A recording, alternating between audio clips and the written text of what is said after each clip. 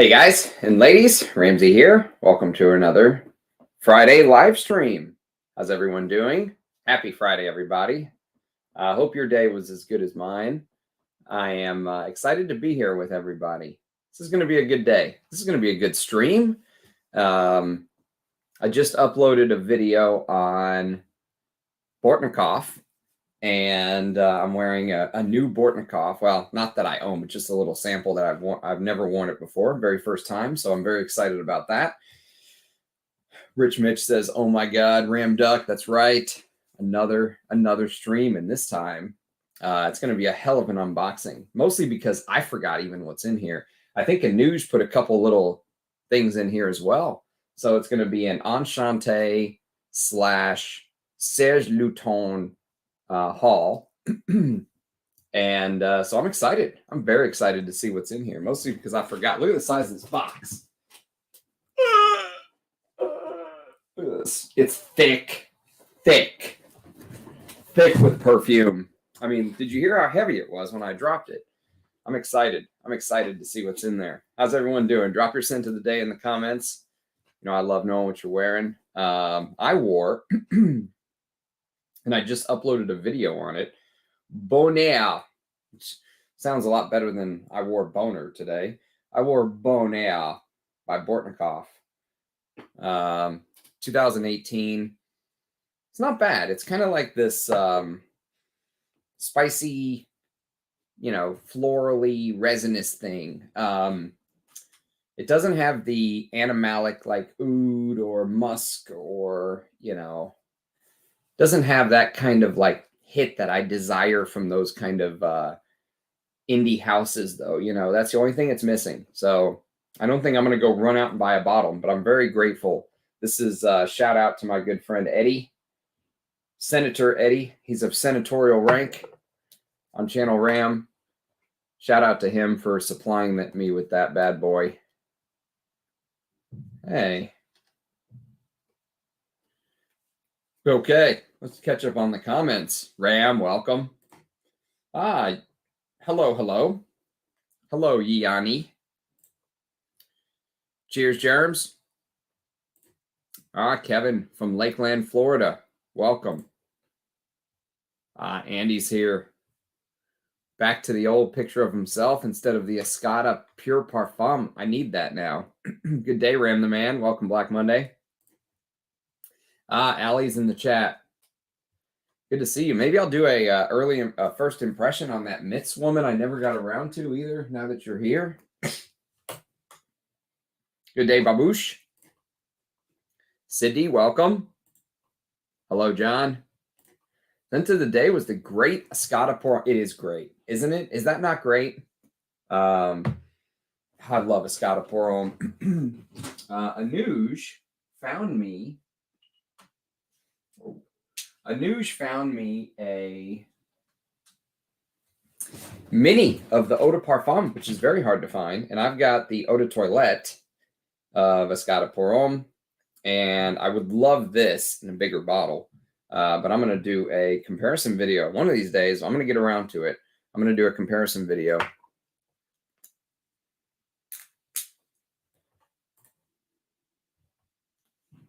Sticks. What's up, brother? My guy Shiva's in Tabak Dora. Beauty. We're both rocking some Bortnikovs today. That's probably one of the Bortnikovs I would add to the collection that I don't have. Tabak Dore. And that's probably the top one, actually. I think it's one of the best tobaccos I've smelled that I don't have in my collection. It's so good, so deep. There's so many like little twists and turns in it. Jubilation 25 for men, a love, right? L'Instant de Guerlain, Pour Homme, the EDT, John.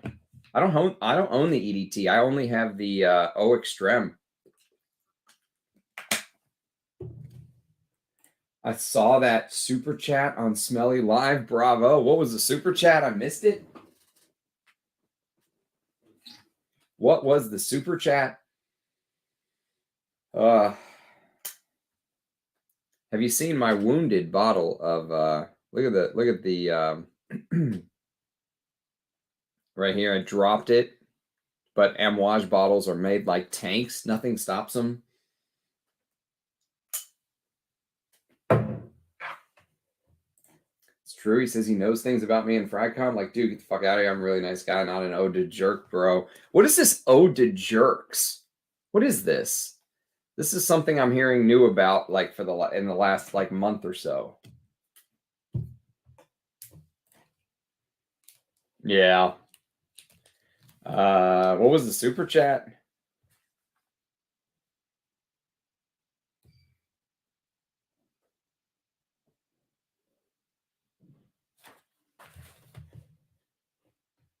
Apparently, it is the anniversary of Carlos's passing. Brooklyn fragrance lover. So R.I.P. Carlos. Scent of the day in Patchouli Imperial.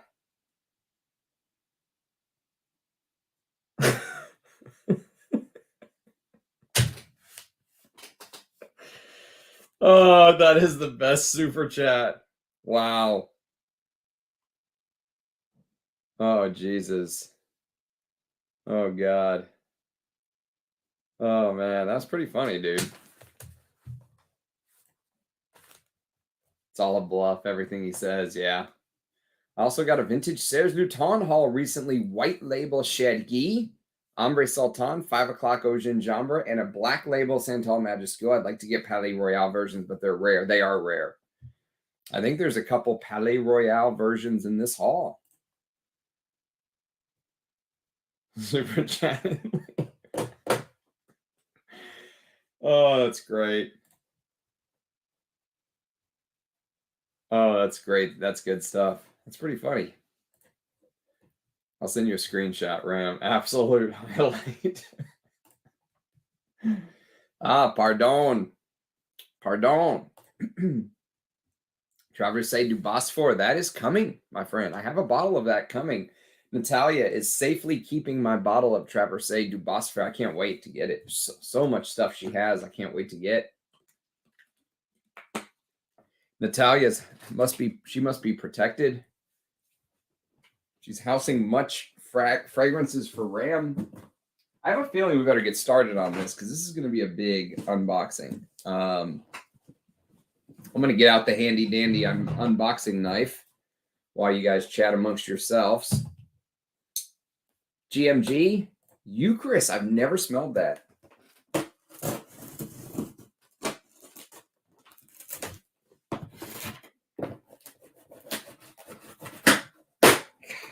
I'll tell you what. Anuj knows how to package a damn box. If the man is an expert in anything, oh my God. If the man is an expert in anything other than, I don't know if you can see how deep this box goes, but that's a lot of stuff in there.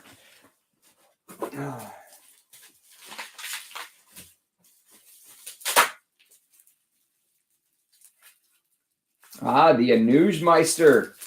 Yes, he did. Let's start with the Anuj-meister. I wish he was here so I could say thank you for finding this for me. The man's an absolute legend. So when Paco Rabanne passed, I mentioned in his video that it is an absolute shame that I don't have a bottle of XS Pour Homme because it's a Gerard Anthony, right? And ask and ye shall receive a vintage bottle of XS Pour Homme. I feel almost unworthy of being friends with Anuj, you know? How does this? Look at this. Like I've seen these before, but I've never actually. It's the Zippo lighter bottle.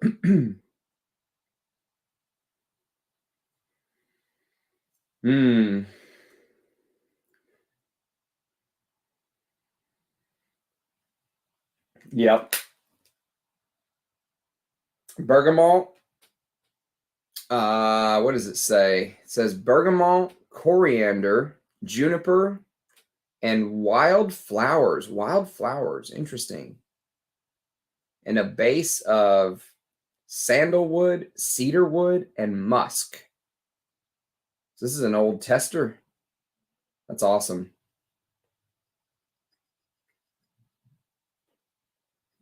That is awesome, Anuj. Thank you. Thank you, my friend. You are amazing. You are absolutely amazing. It's going to be hot in here today. Scent of the day, Geranium Pour Monsieur. That is great in the heat, to be fair. Anybody else seen the Holy Grail channel, number 46 on eBay? Oh, Holy Grail Chanel. Number 46 on eBay for $3,000. No. You're the only one who finds weird shit like that. What's up, Ace of Souls? I aspire to be able to pack like Anuj. The man is just it's one of the skills I think that comes from owning a fragrance shop. You can pack a box like a mother. Scent of the day, Paco Rabanne Pour Homme, a beauty.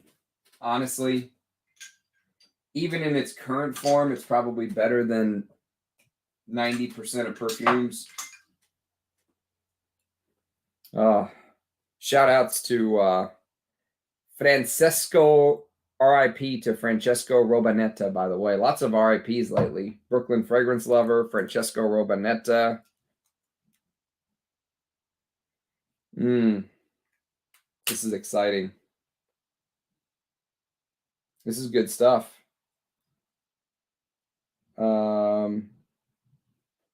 Made in France. It's awesome. Thanks, Anuj. I think you'd like Eucharist. Yeah, you told me that before. It's on my wish list. He is a hero. Could you imagine getting Gerard Anthony to come on your channel? What an honor that would be. Mossy, dried out, and modern stuff. Another one that comes to mind is current Mitsuko. It shows it can be done. Yes, that's right. It can be. I completely agree. I feel like I just want to dive into this, but I also want to kind of wait for some people to show up.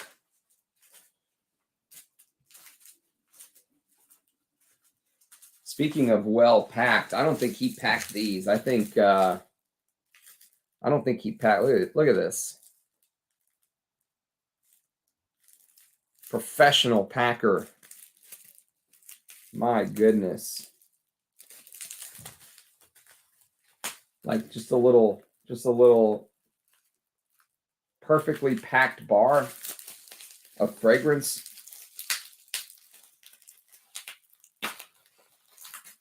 So these have to be attributed to a fragrance godfather because he didn't want to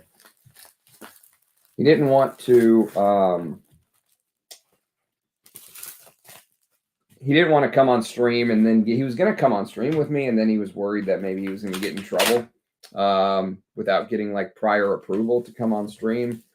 So he waited, which is fair. If he can come on, I would love to have him on one day because he says he's been in the industry 30 plus years, wealth of knowledge. It would be great for him to just come on and share some. He says he has a ton of stories. Said he knew Anuj. He dropped these off actually at Anuj's warehouse for me. So thank you. You know who you are. The fragrance god person that made this happen. Thank you very much. This is exciting stuff. There's some things in here I've never smelled before.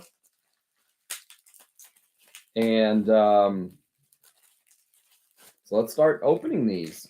This is going to take a while, so we'll let people file in.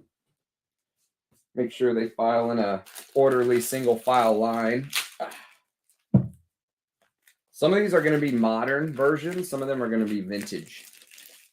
And I don't remember which is which, so it's going to be a surprise to me as much as it is to you. So let's see what we got.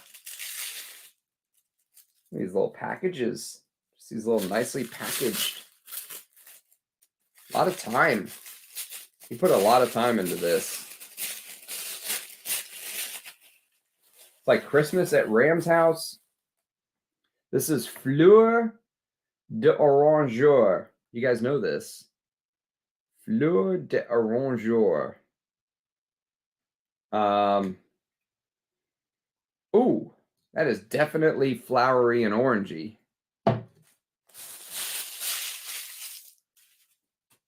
Let's look it up. Let's look up Fleur d'Oranger.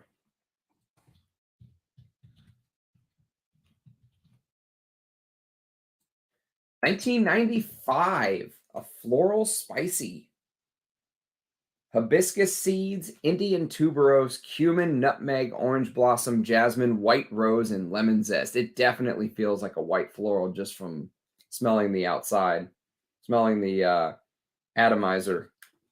Christopher Sheldrake. A Christopher Sheldrake creation, as pretty much all of these are going to be.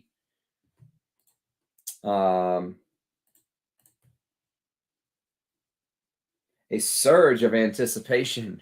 That's right. A surge of anticipation of getting to unbox these bad boys. So this is good. This is going to be fun stuff. Hola from Germany. It is late here, but I'm still awake. Good to have you here, Scott. Scent of the day, Meleg's Honey Deer Musk. Beautiful clary sage and almost apricot-like note. Ylang ylang, jasmine and rose of vintage deer musk. German deer musk, ketone, Ethiopian civet paste tincture, and sandalwood. Wow, it sounds great. I've never smelled it, though.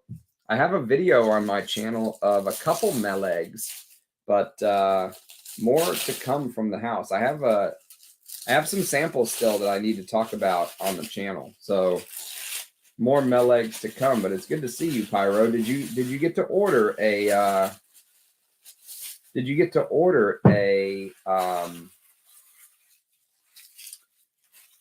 a sample of Eugene's perfume? Did you get La de la Exquise and Dessandra's and Bellam?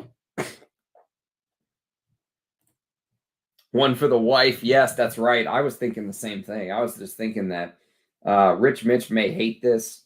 This may be like Rich Mitch's arch nemesis. Oh, it's so white floral. All right, but here's something I love. Good old Chergui. One of my favorite fragrances of all time.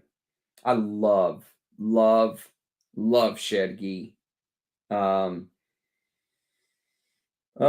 It's just, I think it's one of Christopher Sheldrake's best work. Especially this time of year, from like, October until March, I would say it's prime Chergui weather.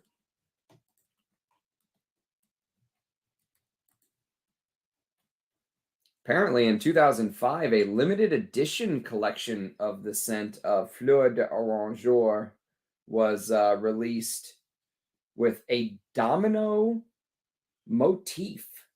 Interesting. I know you guys all know Chergui, but for the one person who does not know Chergui, it is this this unbelievable honey tobacco with the note of hay, and it's just an iris, and that iris hay combination is just absolutely out of this world. Scent of the day, Roja Enigma Pour Homme, the one Luca Turin briefly describes as sub-declaration mismatch. Luca Turin despises Roja Dove, in case you haven't noticed. Yeah, yes, that's right. More vintage Serge. A vintage Serge haul for the duck. Second half of Ram Duck. Yes, that's, Andy brings up a good point.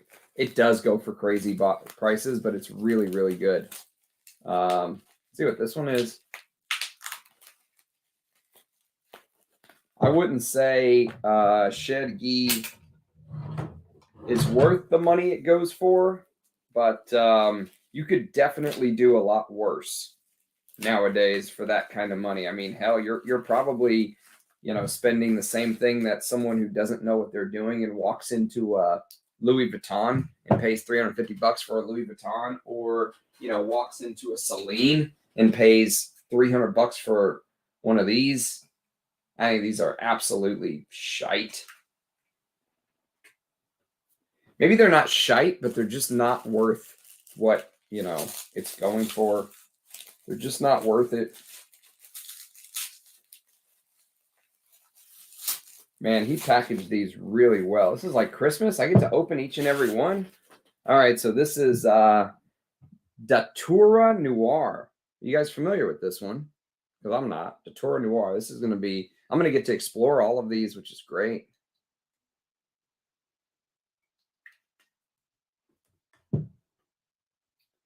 Only Serge I have is Chergui and Féminite. Yeah, two of the best. Two of the best. Datura Noir. Do you guys know this one? Datura Noir.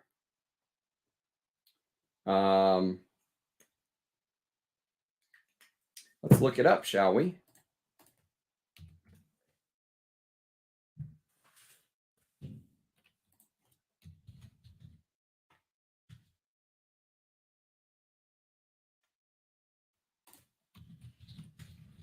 Datura Noir, 2001. It's a floral sweet fragrance with myrrh, bitter almond, tonka bean, musk, osmanthus, heliotrope, mandarin orange, lemon blossom, tuberose, vanilla, coconut, apricot, and the note of datura, which I obviously don't know. I'm not familiar with this datura note.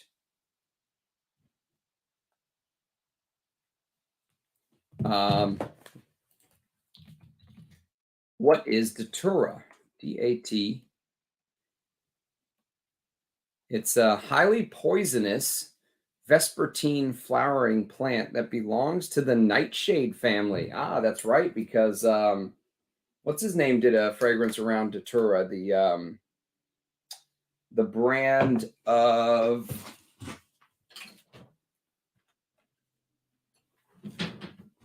Cortana, right? Parfums Cortana, which I still have to try his newest fragrance, Hierophante. I'm really excited about this one. This is one I'm really excited to try. Persile has put it on his top 10 list of 2022. Is the current Chergui still? I have no clue. I only have it in this bottle, so I've never smelled the. I've never smelled the new one, so I've only smelled this one.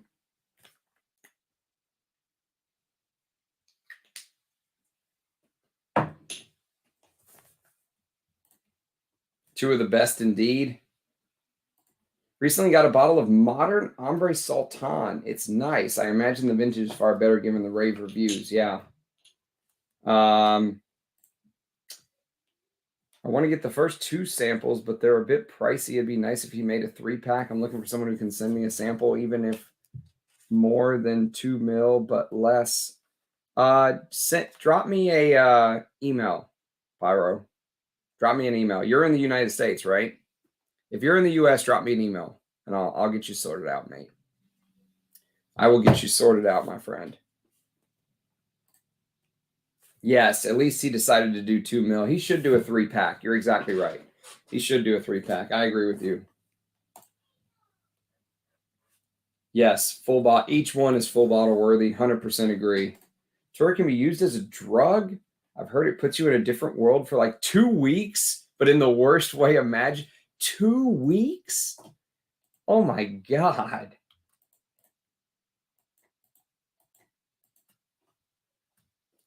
That's crazy. That's good stuff.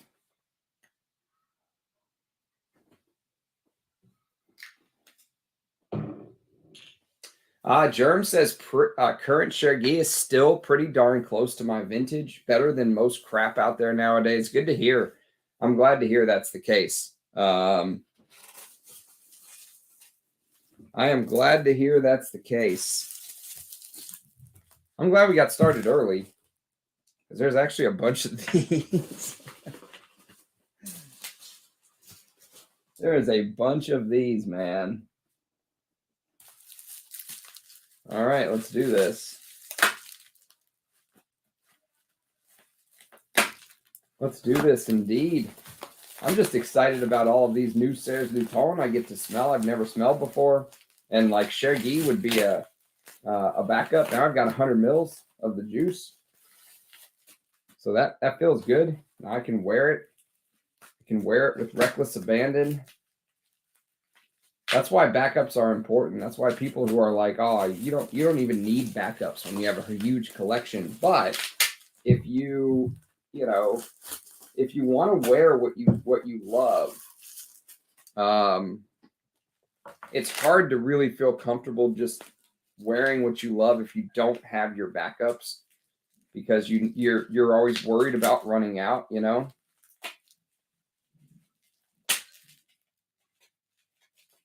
I will say this is one of the best package jobs I've ever seen.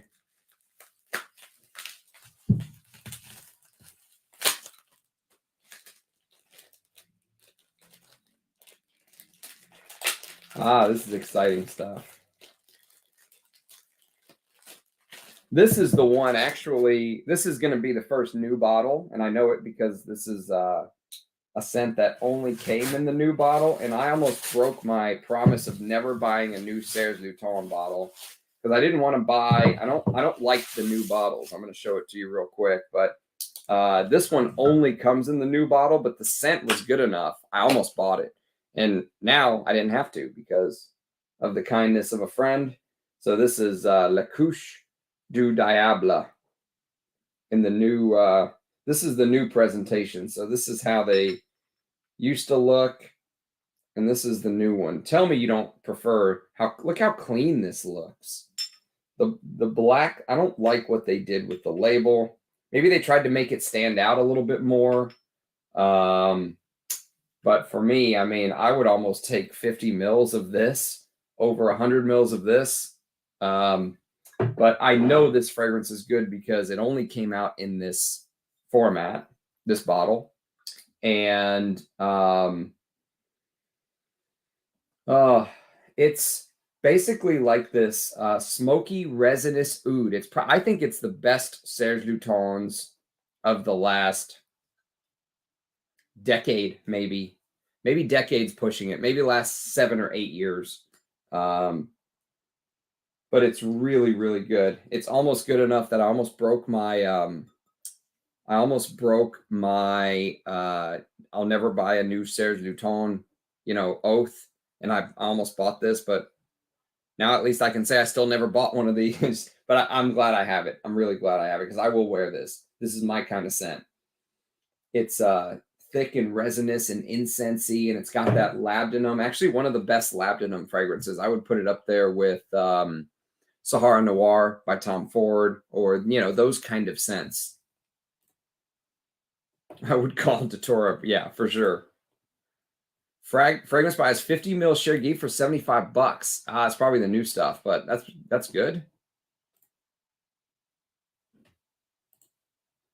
I'm in Minnesota. I've smoked Datura flowers as a teen. Definitely doesn't keep you high for 2 weeks. My God.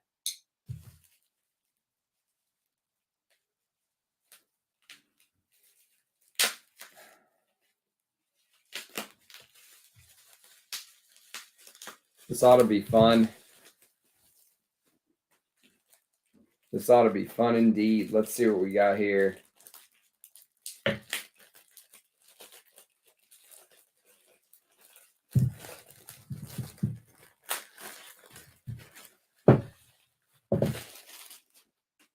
Don't worry. I'll clean all this up. Fear not.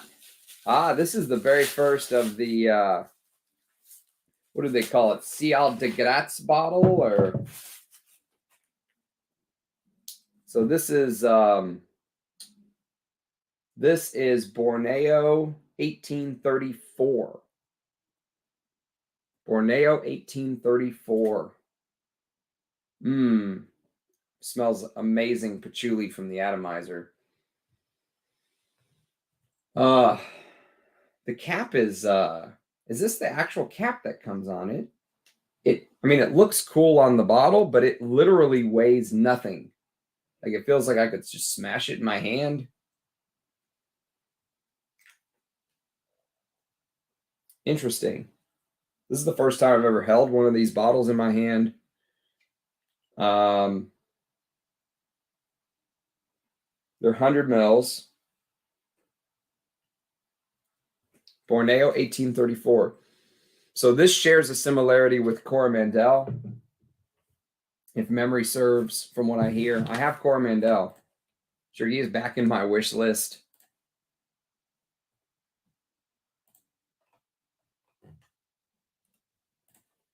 I agree. Current Chergui is still damn good. Yeah, that's good to hear.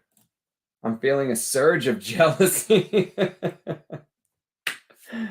I promise you, I did not ask for this. I wouldn't have known who to ask. They probably would have told me to fuck off anyways. This was literally a kind friend reached out and said, hey, mate, I'm a fan of your channel, and I have some connections with the House of Serge, and I want to send you some stuff.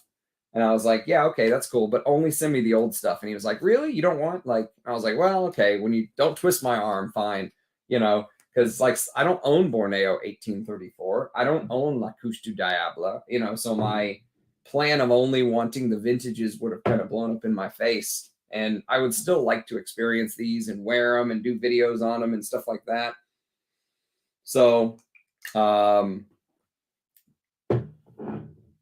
I had to, and it's you know, we're just gonna say that it was sent by a friend, so it's not like there was any expectations of, hey, I'm sending you this for review or anything like that. No, it's just I can talk about them if I want to, and I can not talk about them if I don't want to, and I can say good stuff or I can say bad stuff about them. So that was important to me as well. It's not like Serge Lutens, the brand, is sending them to me for review or anything. So. Wow. There's 4 more in these 2. Let's see what they are.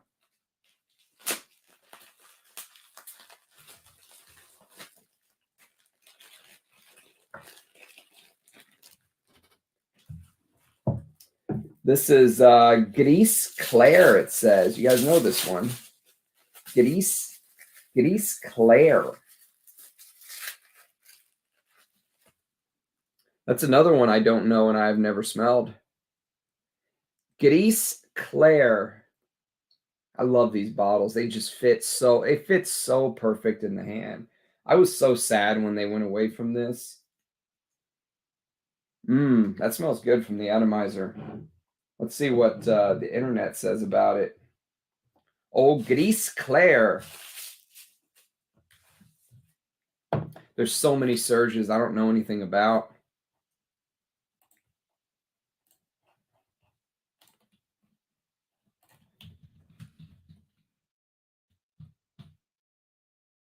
Oh, it's Gris Clair ... What's with the ... Let's see. It's a woody floral. So it says dry woods, amber, iris, lavender, tonka bean, and frankincense. I bet you I'll end up liking this.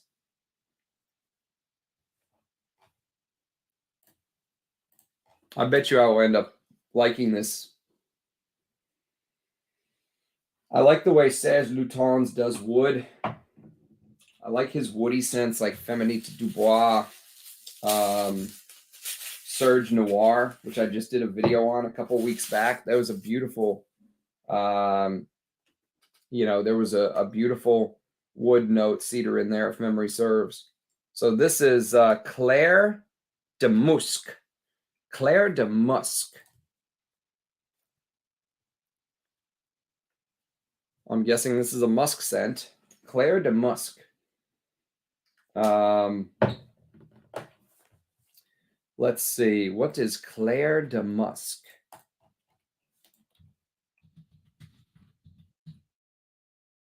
Clair de Musk, 2003 creation, 20 years ago. Unbelievable.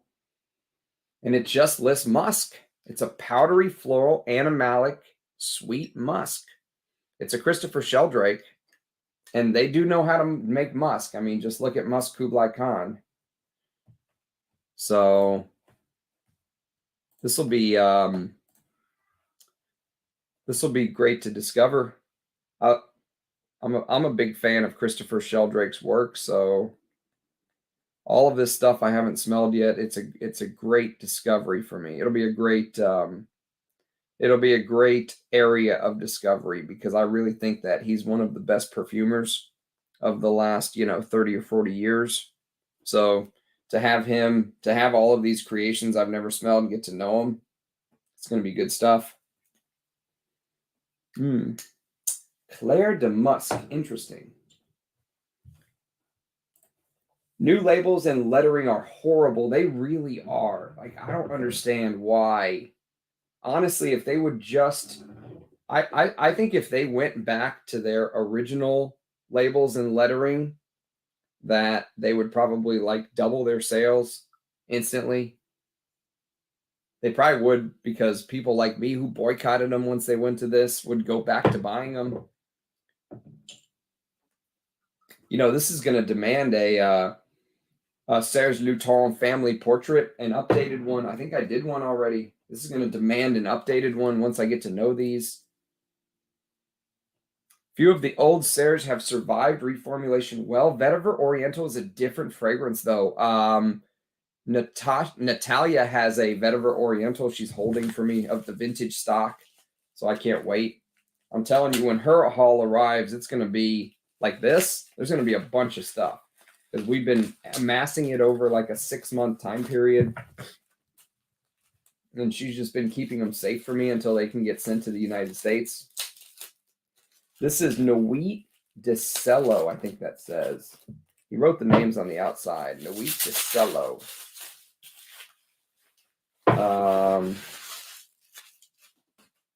Let's see. Nuit de Cellophane. Sorry. Nuit de Cellophane. I've never even heard of this one. Oh, that smells good from the atomizer, though. Nuit de Cellophane.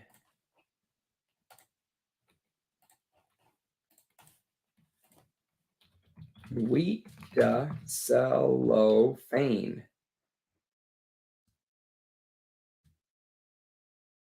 2009 release. Of course, Christopher Sheldrake. It's floral and sweet with fruits, green notes, honey, woods, jasmine, lily, almond, musk, carnation, and osmanthus. It's good stuff. Nuit de Cellophane. I quite like La Couche. Yeah, I do too. I thought that was one of their best releases recently.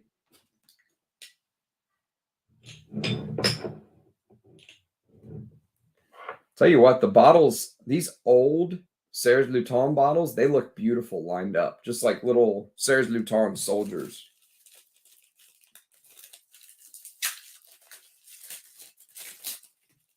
So this one is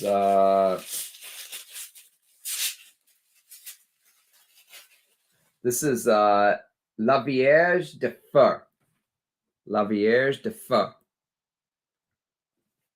Do you guys know this?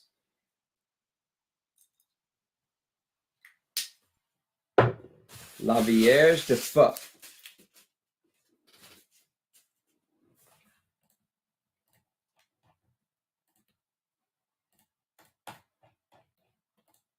So La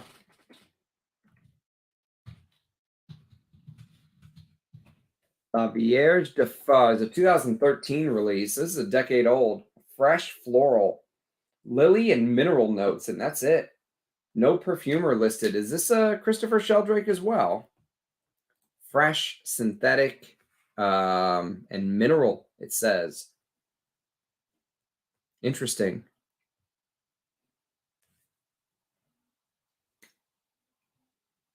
Very interesting. Let me catch up on some of the comments, see what you guys are excited about, or if you know any of these. Ah, Rachel's in the house. What's up, Rachel? Ah, yes. Hello, Anuj. Thank you again for being the mule, by the way. This was awesome. And thank you for the for finding me a bottle of XS. Seriously, means a lot. It means a lot. Shout outs to you. I'm glad you're here. I'm really glad you're here, mate.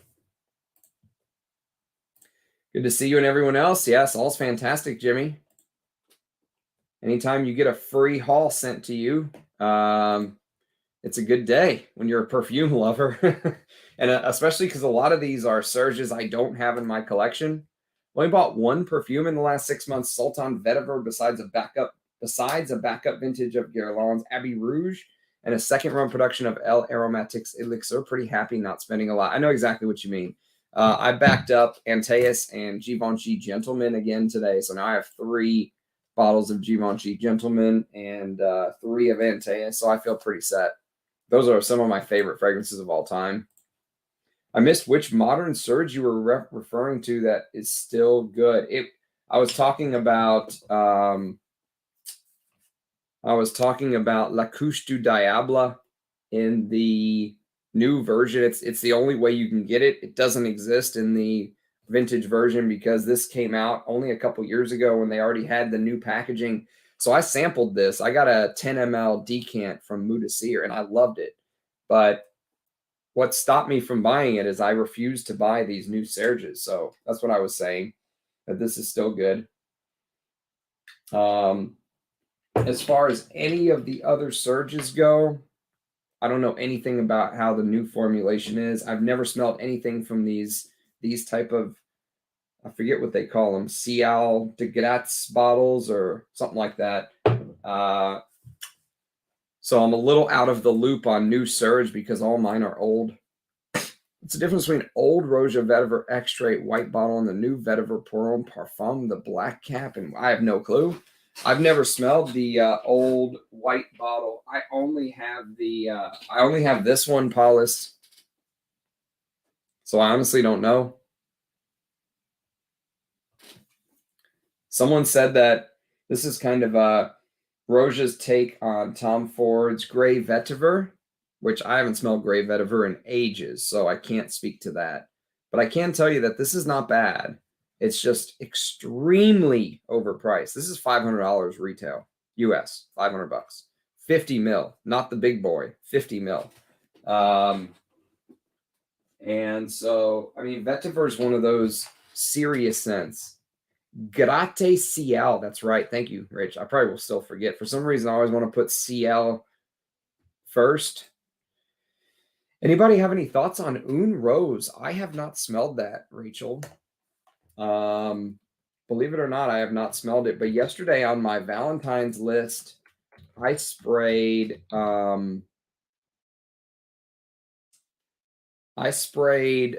and I can still smell it clear as day on this card. Lipstick Rose. Oh my God, I'm in love with this. This is one of the Lipstick Rose is one of the biggest surprises for me. And the only reason I bought it, I blind bought it basically because it was an older bottle. It was one of the first run bottles, like in the matte cap. If it had a cap, it doesn't have a cap, but if it did, it would be a matte cap of Frederick Malle. And this is so unbelievably good. Instantly one of my favorite roses. There is just something so alluring, maybe because as a man, you know, growing up, you see all the women wearing that red lipstick, you know, and it's like, this is like getting to kiss every single one of those women, every woman you've desired to kiss over the years with that red, deep, dark, you know, lipstick. You can smell it here. It's so good. Oh, it's so, so good. So alluring. The limited edition was back in the Palais Royale days, and it was a set of 4 Ace of Hearts, clubs, and spades and diamonds. Mega rare, and I once passed up on the scent. Of course you did. If anyone had a chance to buy something like that, it would have been you, Andy. That's good stuff, man. That bottle is beautiful. Wow. Love Borneo. Okay, we got some love for Borneo. It smells like Coromandel. Nice. It smells amazing from the atomizer. And I love a good patchouli. Vintage Zeno. You know, that's one of my wife's favorite scents on me. It's beautiful. I love Coromandel EDT. I've never smelled the EDT.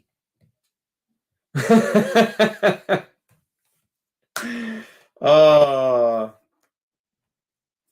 it's good stuff. That's still funny. That's going to make me laugh out loud every time for months. Zeno is greater than Beau de Jour. Yes, it is. 100%. Dude is leading newbies down a rabbit hole of manipulation and wasted money for his own gain through shilling. Yeah. Yeah, he's got a, you know, he's many free bottles do you think has he amassed over the years, over the decade of doing this?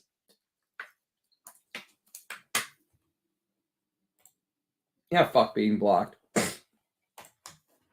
It goes vintage Zeno, Beau de Jour, current Zeno. Ah, okay, yeah. I haven't smelled the current one. Iris Violet Clean Musk. Nice.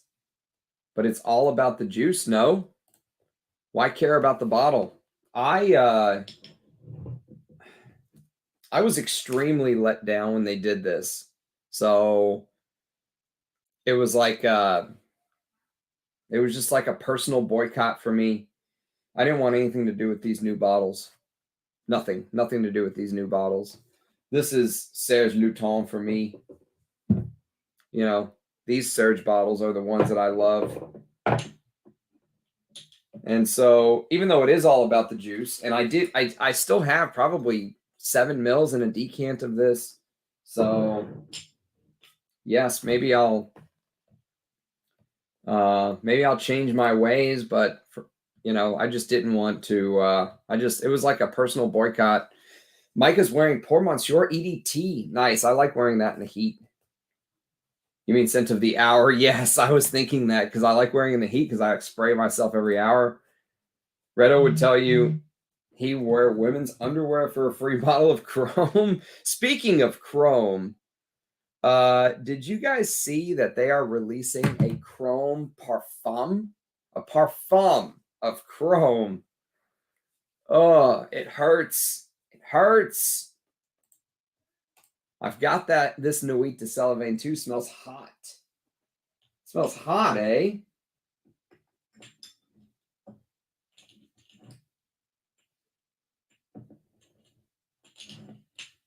It smells hot. Interesting. I can't wait to get to know these, man. It's going to be fun. I got a bit more out of it than that. Queer by Mona Di Oreo. Nice. I really want a vintage bottle of that.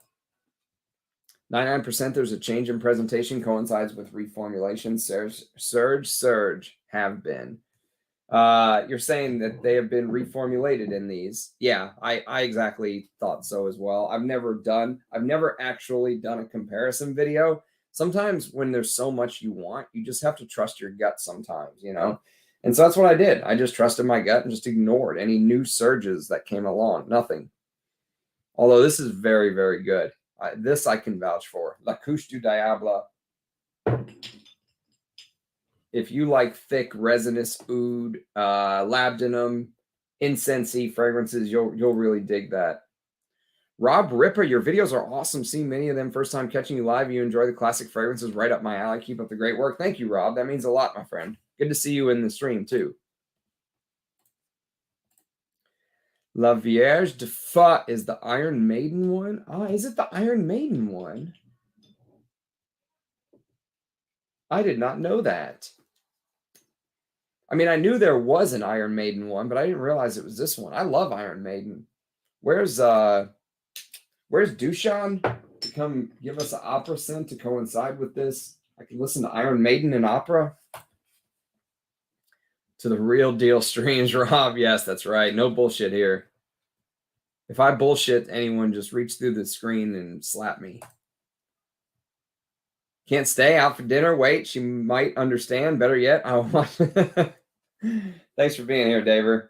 I got a lot of your samples still to go through, mate. A lot. Gets a bad rap. I just got a tester of the concentrate version, and it lasts a good while. The concentrate version is a completely different fragrance, though, than the Eau de Toilette. Just FYI, just to put it out there.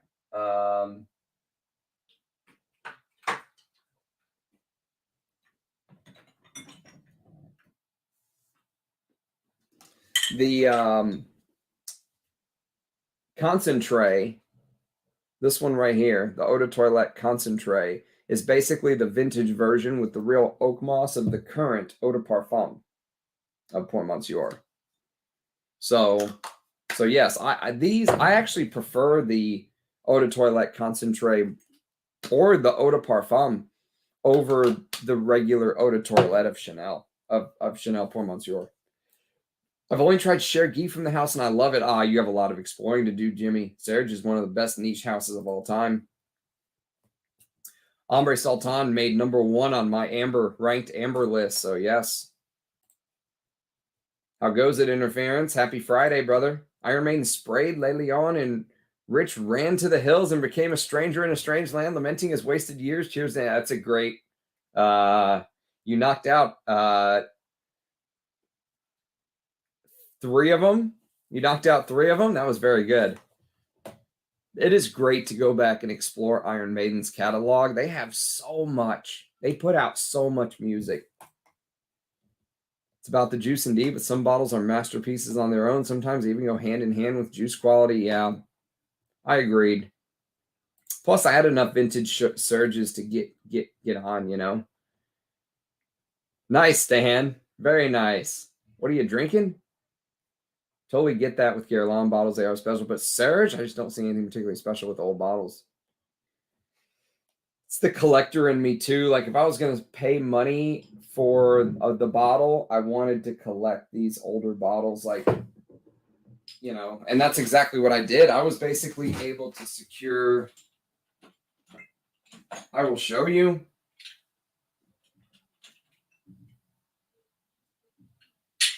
I will show you the Serge collection that I basically amassed in vintage form. If I didn't just break it.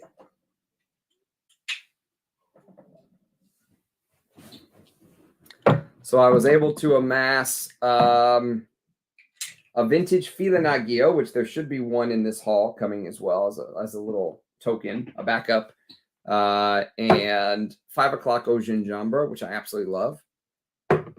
And Rousse, which is totally underrated. One of my favorite cinnamon scents of all time. It's so good. One of the best cinnamon scents I've ever smelled. We already talked about Chergui earlier. So now I've got 100 mils of the stuff, which makes me very happy. Santal Majuscule, which is amazing. And if you've ever bought Dior's Santal... What do they call it? I think Dior called their version that was very similar to this. I think they called it Santal Noir or something. I can't exactly remember, but this is a fantastic cacao, rose, sandalwood, and of course, my favorite amber of all time, Ambre Sultan. You can never have too much Ambre Sultan. Oh, it's so good. Adabi, which Adabi is probably a little too sweet for my taste nowadays, but I really wanted this bottle because the collector in me wanted it. And it smells a little bit like a Christmas cake with little candies in it. And Bapteme de Feu, which is one of the craziest fragrances you'll ever smell. Bapteme de Feu has this like wine, iron, like burning metal feeling. It's very strange. And Feminite du Bois. So those are the ones I was able to amass. And I didn't want to add to this beautiful collection lined up. They look beautiful, by the way. I didn't want to add this bottle to it, you know. So you've got, you know, stuff like this. And then you've got this, you know. So yes, that was my reasoning. Maybe it was not perfect reasoning, but I just was not going to buy these. All right, let's see what else we got. I wonder, did you get Serge Lutens Chien? I think it might be in here. He sent me a list. I just don't remember. We got about 2 more of these to do, so let's start knocking them out. Boomer Faceplant. Great name. Hey, Boomer. Sometimes I feel like a boomer, though. Someone made fun of me for taking a picture of my screen with my phone the other day. This is another bottle. No, wait. What is this? What are you?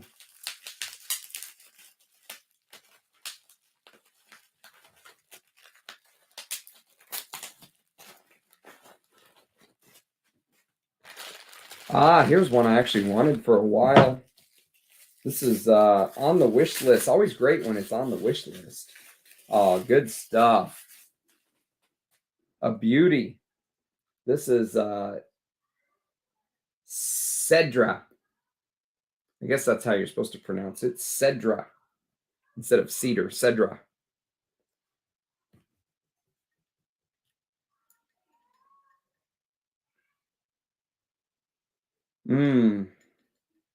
Does anyone know this one?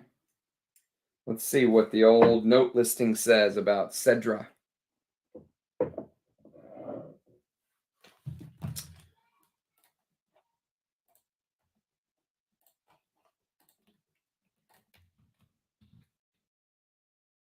(2005). It's a woody, spicy amber, clove, musk, tuberose, cedarwood, and cinnamon. A Christopher Sheldrake, of course.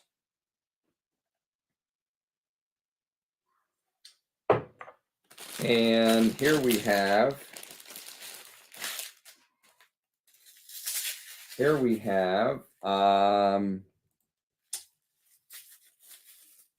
another bottle of Feminite du Bois, I think. Yeah, Feminite du Bois. This is fantastic. Now that I've got 100 mils of this stuff, I might see if my wife wants to wear this. This would smell amazing on her. I love Feminite du Bois. So, so good. That is good stuff. Scent of the day, Mabausen un History la Irresistible. Never smelled it, Stan. Un homme irresistible. You were talking specifically of Serge. I agree. Standard ones have never been anything special. Avatar is Chrome Shoulder Escada Pour Homme as promised, buddy. Look at that. What's everybody wearing? What about Adam? That's a great fragrance. I love that in the heat. It's not really the bottles per se. It's the juice that goes along with the older bottles. That's usually my mindset right there. It was the juice. I never wanted to mess with the newer stuff. Man, I can't wait to get my bottle in from Natalia. That's going to be such a great haul.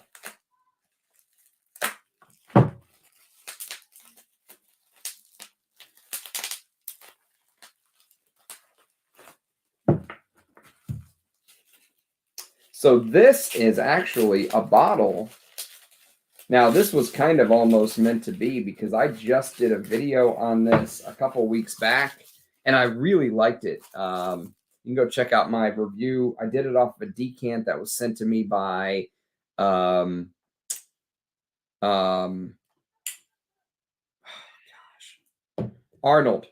I think Arnold sent me the decant of Serge Noir. And so here's a bottle of it. Serge Noir. And so Serge Noir is apparently, rumor is that Serge Noir is Serge Lutens' personal signature scent, and that he thought it was too dark for, the general public to be released. But, there's something very wearable about Serge Noir that I found it very wearable anyways. I remember there was a lot of spice. There was a lot of clove. I think there was clove in here. And there was frankincense. There was smoke. What else was in here? Let me see if I can look it up. What else was in Serge Noir? Clove, incense, spices, ebony wood. Yeah, this charred wood. That's right. I remember now. This charred wood feeling. Woody notes, cinnamon, amber, and patchouli. Nice. And it was a Christopher Sheldrake and Serge Lutens. They're both listed as the perfumer of Serge Noir. So yeah, go check out my review. But I really enjoyed Serge Noir. It was very elegant, very wearable. The woody notes reminded me a little bit of Feminite du Bois. So he obviously, and a little bit of the spices. So he obviously really liked what they did with Feminite du Bois and just wanted to build on it. It's fantastic fragrance. Very glad to have that. This couldn't have come at a better time. My absolute, I just did a top 21 of my favorite tea-based or tea scents of all time. And this was my number one. 5 o'clock Eau Gingembre. So I'm very excited to have now a backup because I will wear the piss out of this. This is such a great tea scent. And you know, what actually really got me is, yes, there's tea. There's also honey. And there's this, there is this patchouli in the dry down that's out of this world. One of the best. I love the way Serge Lutens does patchouli, and the dry down in 5 o'clock Eau Gingembre with that patchouli is stunning. A little bit of that chocolatey cacao with that candied ginger. What a fragrance, man. And a shout out to our British friends. To reference the name, 5 o'clock refers to the traditional British tea time. If I'm not mistaken, that is the eau de parfum concentration of Escada Pour Homme, not parfum. The conversation continues. Pine Ward, some name on the sample I can't remember. I smell like a mountain forest, which doesn't narrow it. It doesn't really. All of them smell that way, right? What's good, Bri? We're just doing a Serge Lutens haul video.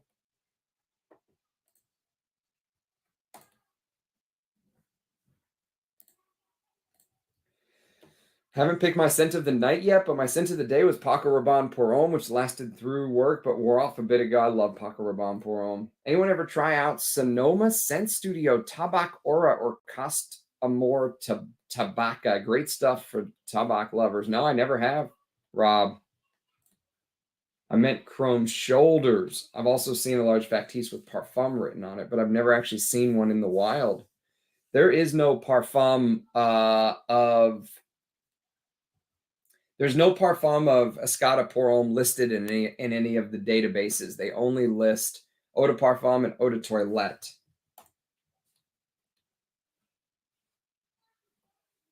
Yeah, my old man's signature scent, man. Paco Rabanne Pour Homme. And for those of you who were not here early in the stream, Anuj included in whenever I did my tribute video to, you know, the man who founded Paco Rabanne, Francisco Robinetta, who just passed away last week. And whenever I did my tribute video to him, I mentioned I don't have XS Pour Homme, and it's on the wish list. And, you know, like Superman, Anuj just flies me a bottle out. So thank you, my friend. And this is the vintage with the little Zippo lighter cap. Very, very cool. Smells amazing from the atomizer too. It almost smells better than Himalaya. At least the current version of Himalaya that I have. Now my vintage Himalaya was on another level. I just got Sheen, almost no reviews or anything about it. Would love to hear at least your first few impressions about it if you got it. Okay, if it's in there, I will. I'll spray it on a card and give you my 2 cents. Yes, glad to be here after a brutal week of work. Sorry to hear that, Alan. I'm loving it. Didn't know about it until a month ago, and I decided to give it a try. Nice. Just got my vintage Paco Rabanne Pour Homme about a month ago as well. It's unbelievable, isn't it? I have Sheen Decant, but I've tried it only once. It reminded me a bit of 1740. I love 1740. If it's anything like 1740, it's a home run. Sheen is an oak fragrance, Rich Mitch says. Agar de Noir by Arise Ladore. And yes, I wore it to the office. Yeah, absolutely. Boozy and Strong Immortelle note. Accord Oud by Byredo. I prefer the blackberry leathery combo over raspberry leather. Do you get this, D? Do you get little hints of Jubilation 25 for Men from Accord Oud by Byredo? I heard it's a clone. That it's basically a clone of the blackberry and frankincense and oud that Jubilation Man, did for Amouage. Hey, Lewis, welcome, man. 1:30 here. Got to hit the bed. Cheers. I'll catch up on the rest. Thanks, Scott. Glad you're here, brother. Any vintage Ralph Lauren Safari? That 5 o'clock always reminds me of that Cascade Scents guy from back in the day. Did he love it? Hi from across the pond in England. Hi, Mark. Welcome to the channel. I don't think I've seen you before, sir. No worries. And if you ever get one of those, I'm your man. I could easily make my own scent of the night or my bedtime scent, La Couche du Dia. I've done that many a times off of that decant that I have. It's amazing. Was wearing 2004 release year of YSL M7 Fresh. That's a rare one. I don't know. I've never smelled it, but I know it's a rare beast. Only Serge Lutens that I have is Ambre Sultan. Really love it. But since having Le Lion and Shalimar, never have the time to wear it. Since the day Louis Vuitton Nouveau Monde, never smelled it. Never smelled Nouveau Monde. Give it a full wear then. Vintage XS is beautiful. That's what I hear. Yes, vintage XS. Really loving the bottle too. Good stuff. Good stuff, Paco Rabanne.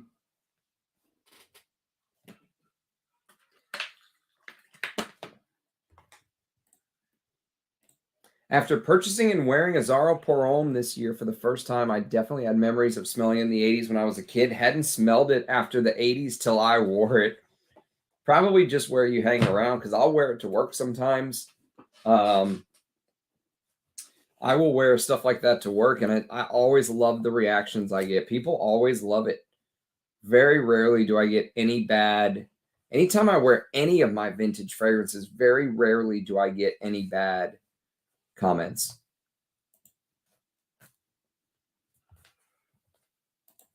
I don't think Accord Oud is even near being a clone. Okay, that's good to hear. I've never smelled it, so. Nouveau Monde. The best part of vintage is getting a waft of memories from years gone by. Yep, that's right. 3 bottles of M7 Fresh. Wow. That's awesome. I've got the original M7 somewhere.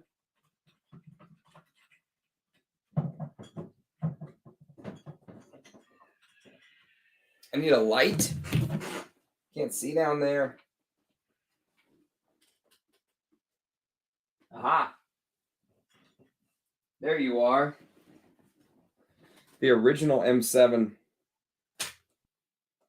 which I absolutely love this stuff. I need to wear this soon. It's been a while. And it's an old tester. It's got the short ingredient list on the back. You can see it. And you can see the notes right there. Just basically bergamot, agarwood, vetiver, and amber. And that's it. And this was apparently a bomb. Like, it didn't sell. It bombed in the sales. No one bought it. I love it. Did you try Dame Blonde? Dame Blonde. Oh, no. I don't think that was one that was in here, was it?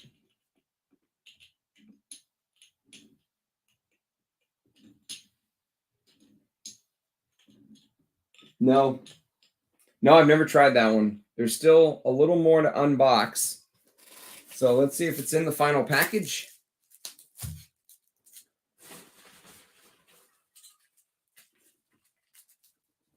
There's also some samples. A news hit on me.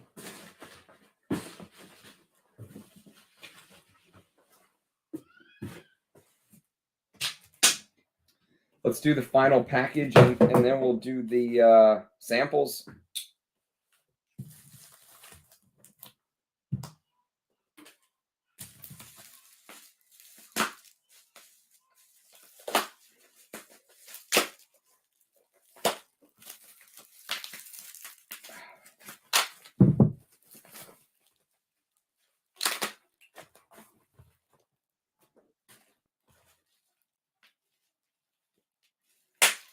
All right, so we have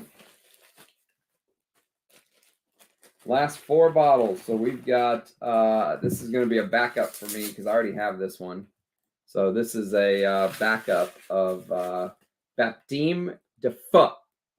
You guys know this one, Bapteme de Feu. This is the one that basically smells like wine and burnt metal and some sort of Christmas cookies, like cinnamon bread cookies or something. Cinnamon Man cookies. It's very, very strange.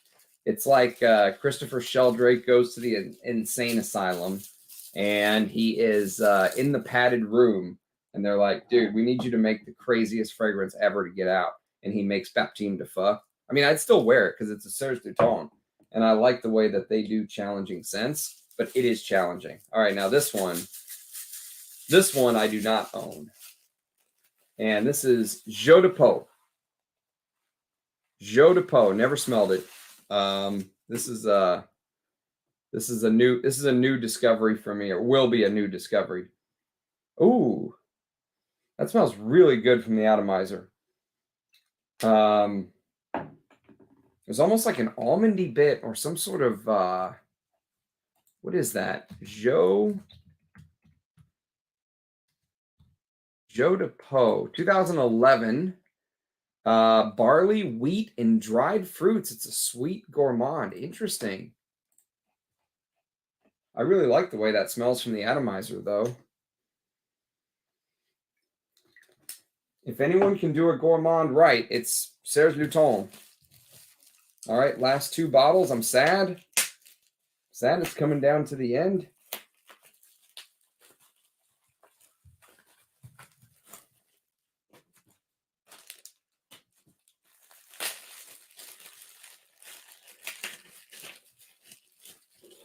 Catch up on the comments, and then we'll do these last 2.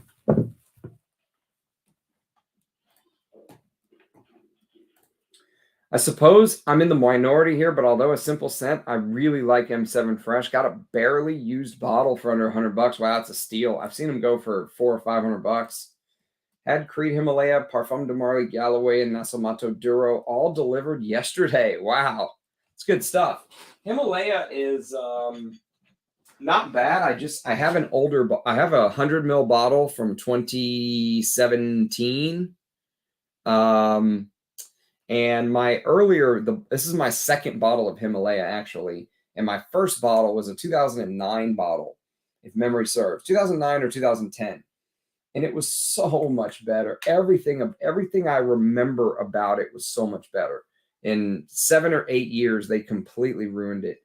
And so I'm very excited to get the scent that it was basically based on, XS Pour Homme, because these two are, you know, this takes a lot from this, and this came first. This is a Gerard Anthony creation. So yes, Himalaya is good, but if you did not know the original, I think you would absolutely love Himalaya. But I just can't help but constantly compare it to what it used to be. The opening of the original Himalaya was like, or my vintage bottle of Himalaya was like, it reminded me of being in church when I was a little kid. Like, you walk through the doors of church and the holy water's right there, and the doors are big, thick, wood, and you walk in and you get a little bit of that incense. But it was almost just like this Catholic church feel to me. And the ingredients smelled so high quality. I don't get super high quality ingredients in the new one. Like, it feels like they've really cheaped out. I'm really disappointed in Creed. Creed really let me down. They are subconscious time machines. The best time machine known to man is a fragrance. Yeah, how are you doing, Alan? Sheen means oak. Mitch. Sheen means oak, but I don't get any oak in it, and I'm from Lithuania. We have oak trees everywhere. A few furniture is made from it too. Interesting. Zenobia Scents. I have a 4-ounce bottle of Creed Himalaya from 2013. Beautiful stuff. Yes. So those 4-ounce bottles, man, that's what mine was. I went through an entire 4-ounce bottle of the stuff. And it was amazing. it's a shame when you know what it used to be. This is a haul that Anuj was the middleman for. The only thing that Anuj got for me was the XS Pour Homme and the samples. He got me some samples, which I'm very excited about. But XS Pour Homme. And the rest, he was just like the mule. He muled him across the border. Is this the one that was being muled? Yes. Yes, this is the one that was being muled. If you're looking for the original M7-bit, can't locate it, look for 15 mil minis of it. They're still out there at about $100. I got 2 for 15 mils, $100. I don't know about that, Alan. I still live in hope, especially as I have a few frags that aren't in my databases. Ah, you have a few frags that aren't in any databases. Yeah, absolutely. Absolutely. Not quite the same, but very few people know the first ever Creeds came in splash bottles. There's zero info on the net, yet I own a couple. Some of those Creeds you sent me, those pictures are absolutely insane. You need to come on and do a stream with everyone one day, Andy, and show off your collection. You'll have some of these guys creaming in their pants. Jeux de Peau is the doughy one, right? Yes, I think it is. I think Jeux de Peau is the dough. It smells doughy, kind of barley, weedy. I like it. I thought almondy at first. Is this not outrageous? Is this not outrageous? M7 was released in 2002 while Time for was at YSL. 5 years. Yes, exactly. Was before its time, but one of the first designer ouds. Absolutely. There was an article on Fragrantica today, or a couple days ago, about Balenciaga Pour Homme. And, about Balenciaga Pour Homme. And they reference that someone that had like a PhD and I forgot what they said, but he was like he went around the country giving speeches about fragrances. That he was a scent historian or something. I don't know who he was, or he was in the industry or something. And he said that this was the first fragrance that ever had an oud note in it, Balenciaga Pour Homme, that it's in the base. And I have it. This is my 30 mil. I have 100 mil of this bottle as well. And it's a tester and it lists the notes. There's no oud note listed in it.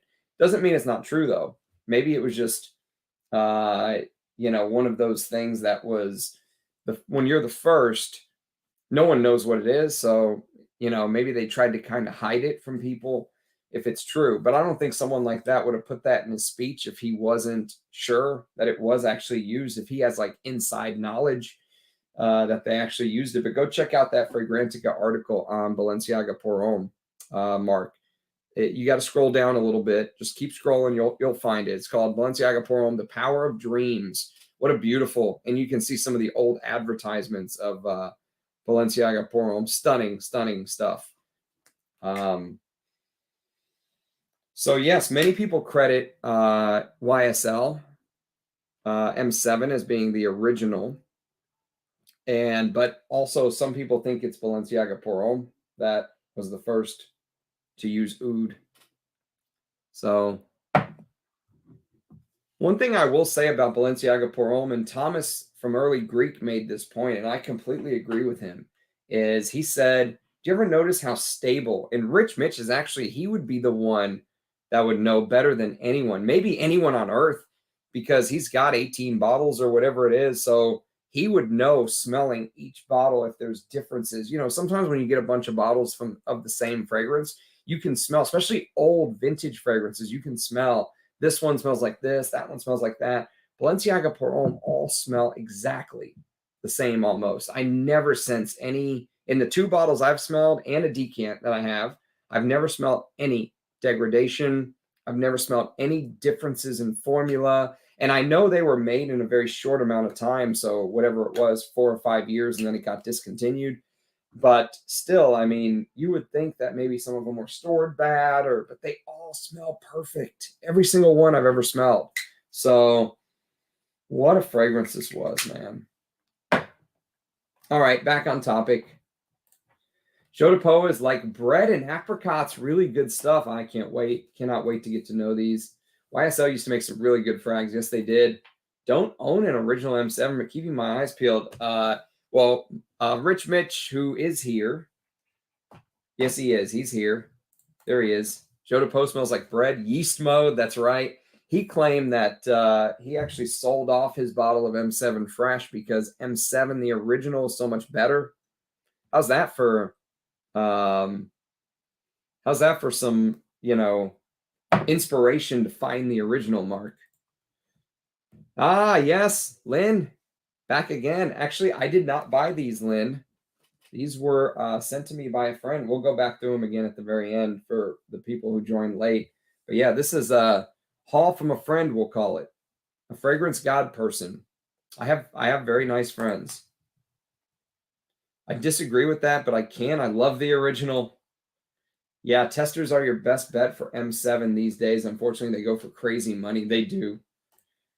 Joe DePoe is like a walk into a bakery to me. My Karl Lagerfeld for H&M edition smells very similar. I've never smelled those Lagerfeld editions you're mentioning, Andy.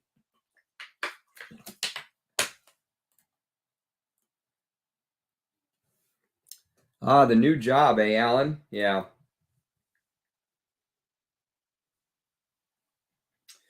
I would love to take you. I would love to have a bottle of that vintage Armani Eau Pour Homme. I know exactly what you mean. They're just so expensive. And I have a feeling I know the genre of that fragrance, right? It's in the same genre as something like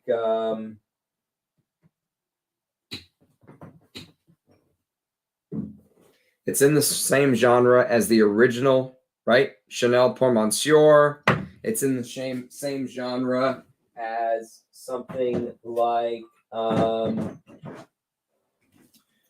the original YSL Pour Homme, right? We're talking Armani Eau Pour Homme, right? It's in the same genre as YSL Pour Homme. It's in the same genre as maybe something like Tiffany for Men, right? Maybe Tiffany for Men's probably a little bit heavier even. So it's probably closer to something like Chanel Pour Monsieur or YSL Pour Homme or something like that. And those are not my favorite fragrances at all. Like I love Chypres, but if you know my taste, I love stuff like Mitsuko or Diaghilev or Estee Lauder Azure. Azure is a perfect example of the type of Chypre that I love. Leathery, dark, animalic, challenging, constantly change a lot, mossy, and the citrus heavy Chypres like Armani Eau Pour Homme never really moved me. Like I'll wear them in the summer because I think that's the best time to wear them, but I never truly have found one that I love. This one does a decent job of maybe trying to recreate some of that old magic. This is Ungaro Pour L'Homme 2. And the reason that I like this over some of these other ones I mentioned is because Ungaro Pour L'Homme 2 adds this animalic civet note, and it's a big civet note, and it comes out in the dry down, and you really get hit with the civet. But when you compare it to stuff like, for me, and I'm talking my personal taste here, but this is a vintage bottle of Eau Sauvage. It came in the box that looks like it's like wood, with the red Eau Sauvage, or it's like 20 years old, I think. The batch code is oh shit, what is the batch code? It is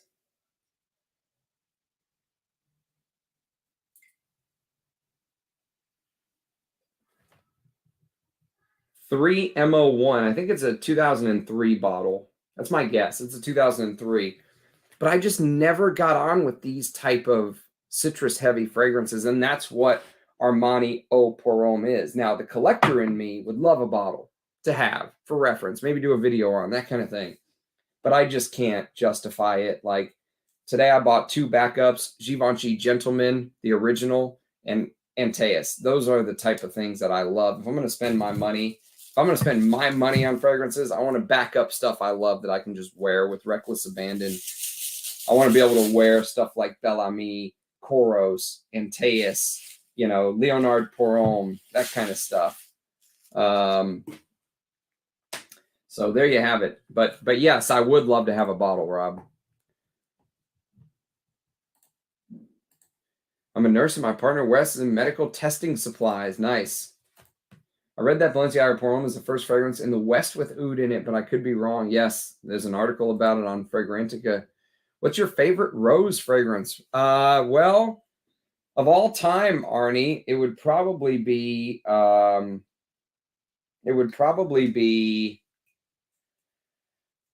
Malik Al Taif by Arise Ladore, but it's impossible to find. Good luck finding a bottle.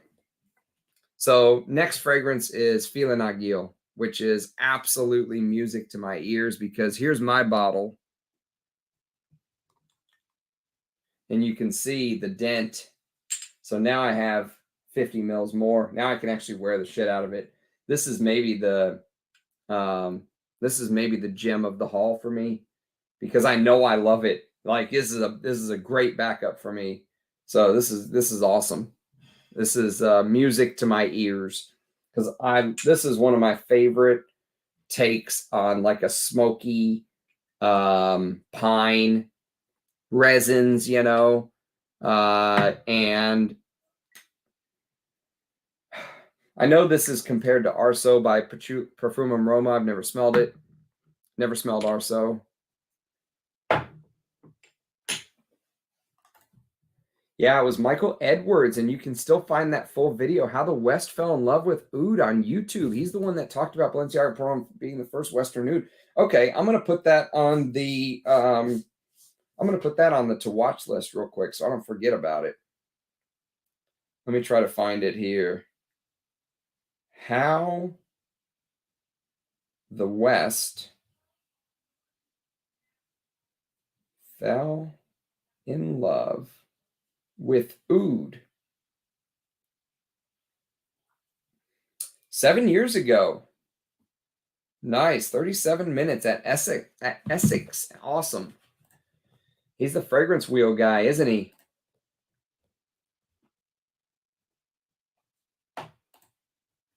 Yep, that's him. Good evening, Ajay. Good to see you, brother. Exactly the same genre. Yes, exactly. Yeah, they don't do it for me for some reason. Never have, and I doubt they ever will. It's just not my, you know, I subscribe to the Russian Atom theory of perfume that people like me and Russian Atom falls into this category as well. That's why we get along so well, is because we're afflicted with a disease that we always want more oud, more musk, you know, more civet, more castoreum, more leather, more, you know, those heavy notes. And that's me to a T. And so stuff like this, while it's nice, you know, the original Eau Sauvage is nice. It doesn't move me. If I'm going to wear an Edmond Rudnitsky, I'd rather wear Rochas Femme, you know, or Eau de Hermes or something like that. So weak to the point it is useless. I heard the vintage has performance issues as well. Hefty price tag for something you'd have to respray. Yeah, I agree with you. I agree, Sticks. Ordered first bottles of Serge Lutens yesterday, 5 o'clock, in Ambre Sultan in the newer bottles. The newer ones I've never smelled. I hope they're okay too, but I would love to hear back from you, Jason. You know, report back and let us know what they ended up being like, if they were good.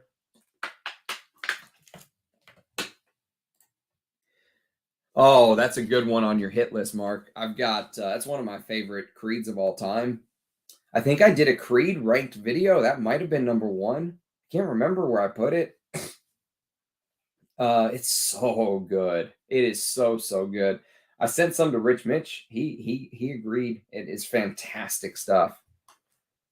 The citrus lemongrass combo in OG vintage Armani Eau Pour Homme was excellent as a cleaner for wiping bottles and wiping off price sticker residue.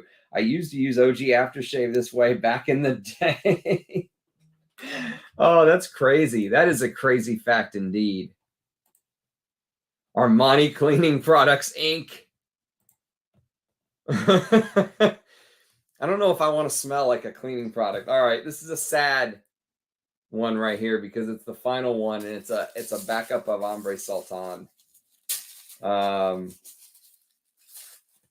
It's a backup of Ambre Sultan, but amazing. One of my favorite ambers. You can never have enough of this stuff.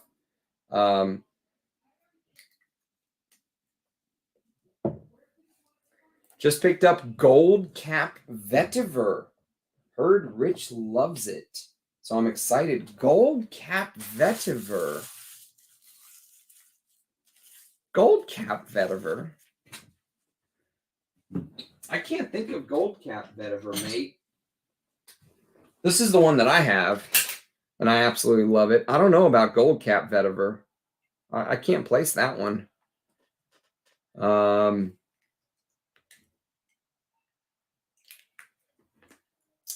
Gold Cap Vetiver is escaping my brain.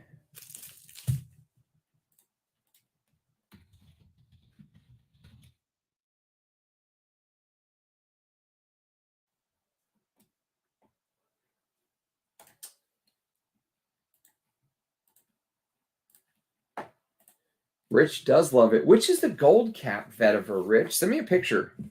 Text me a picture.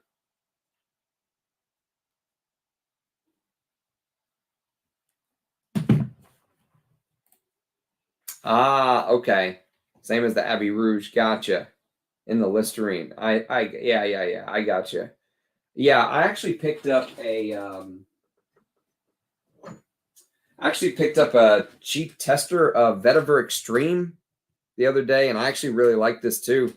These are two fantastic Vetivers. Actually, if you don't want to spend a lot of money, Guerlain's Vetiver and Vetiver Extreme are, I mean, you can't go wrong. I got this for like $50. Brand new. It's a tester, so there's no cap. But so what? And yeah, this is an older bottle. The last Vetiver that I really want, there's one other that I want to hunt down. The collector in me wants it. I probably don't need it because it's probably pretty similar to this.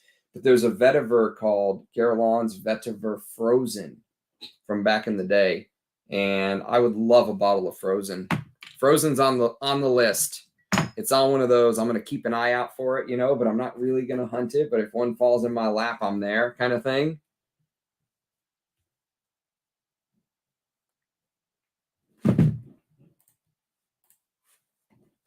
All right, let's do the samples.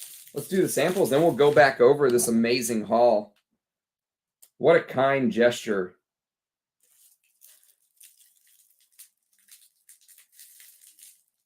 What a kind gesture from everyone, from Anuj for sending them my way, my perfume god person who wants to remain anonymous for now. Maybe he'll be able to come on a stream later, but for now he wants to remain anonymous. So I will respect his wishes.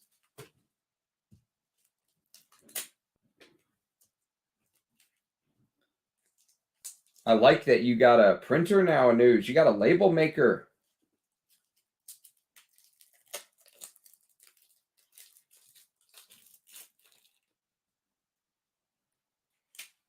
All right, let's see what you sent me. Salvador Dali Ladies. Ah, very interesting. Salvador Dali Ladies. This will make for great video content. I still have a bunch of the samples you sent me from hauls a year ago that I haven't dipped into. Purple Label by Ralph Lauren. I almost, I found this in a fragrance shop in the mall, in the local mall. There's this fragrance shop that it's not even the local mall, but it's all the way in Grapevine, Texas, which is a little bit of a drive for me, but it's like one of the closest malls that we really have. That's a real mall. And this guy claims that he's been there like 30 to 25 years in this one store, and he did have a lot of old stuff, and he had a bottle of Purple Label. And I was like, oh, this is my chance to get it. He has no clue what he has. And I flipped it over, and he wanted $200. And I was like, dude, they're going for $150 on eBay right now. Give me $175. I'll buy it from you right now, which probably still would have been overpaying. And he was like, no, I can't do it. I was like, all right, well. But I'm excited to try Purple Label. That's good stuff. Sergio Saldano Black. This is awesome because see, Anuj pays close attention. He's got a Ramsey notebook somewhere, and he makes notes of all the stuff I've never smelled, but I say I want to smell. And this is the Sergio Saldano Peach, the brown one no one talks about, right?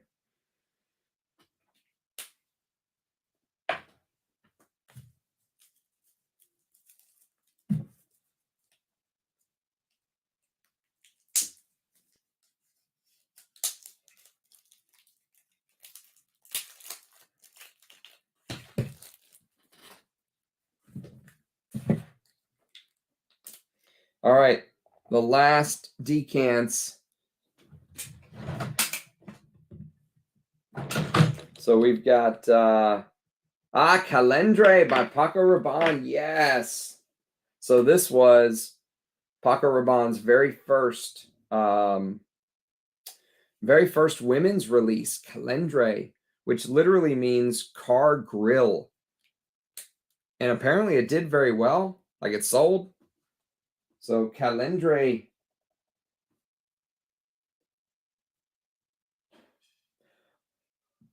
Eau de Calendre by Paco Rabanne. Are they different fragrances, Anuj? Eau de Calendre. That smells strong. Eau de Metal by Paco Rabanne. And Metal by Paco Rabanne. Interesting. I didn't realize that they had them broken up that way. Eau de Metal and Metal. Okay, that's good stuff. Yeah, when they remade it in the year 2000, they remade it in this bottle. This is the Guerlain Vetiver that it ended up going into.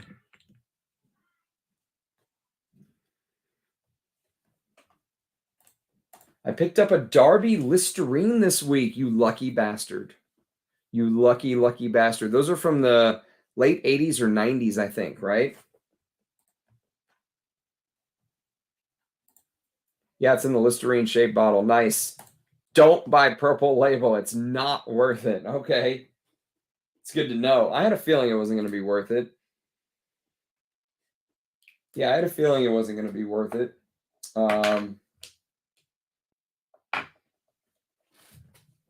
The overdose of citrus aroma chemicals and functional stuff nowadays actually spoiled the experience with some vintages. Take Versace L'Homme. Once you've tried it, you can't unsmell the dish soap. I actually like Versace L'Homme in its current form. But I really want a vintage bottle. That's another one that I want a vintage bottle of. Kind of like Guerlain's Vetiver Frozen. It's on the list. I'm not like actively searching for it, but if one falls in my lap. Yeah, it's kind of like Joy, Eau de Joy. That's what I thought. So the O is like the, is this supposed to be like a lighter version of? Is that what that means, Anuj? Hey, Jonathan. Glad to see you, brother. So I'm going to put these with the million other samples up here that are on the list of samples to get to.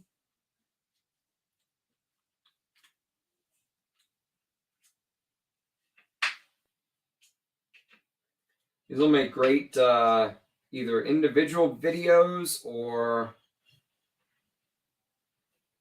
we'll do a blind sniffing series where we just smell them all at once.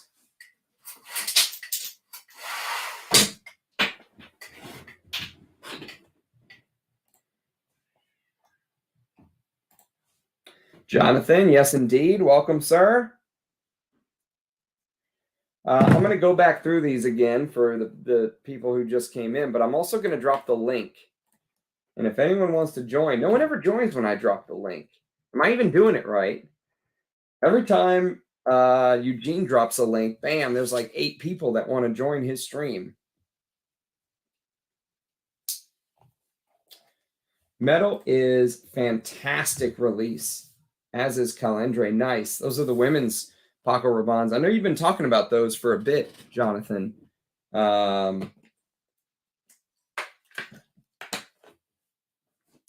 So let me, now that we're going to go back through everything, I just want to give, again, a shout out to Enchanté Perfumes.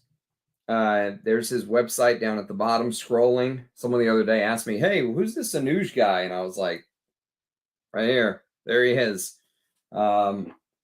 So again, shout out to Anuj for making this happen. Thank you, sir. Shout out to my perfume god person for sending me all of these unbelievable haul of, you know, 1, 2, 3, 4, 5, 6, 7, 8, 9, 10, 11, 12, 13, 14, 15, 16, 17 Serge Lutens bottles.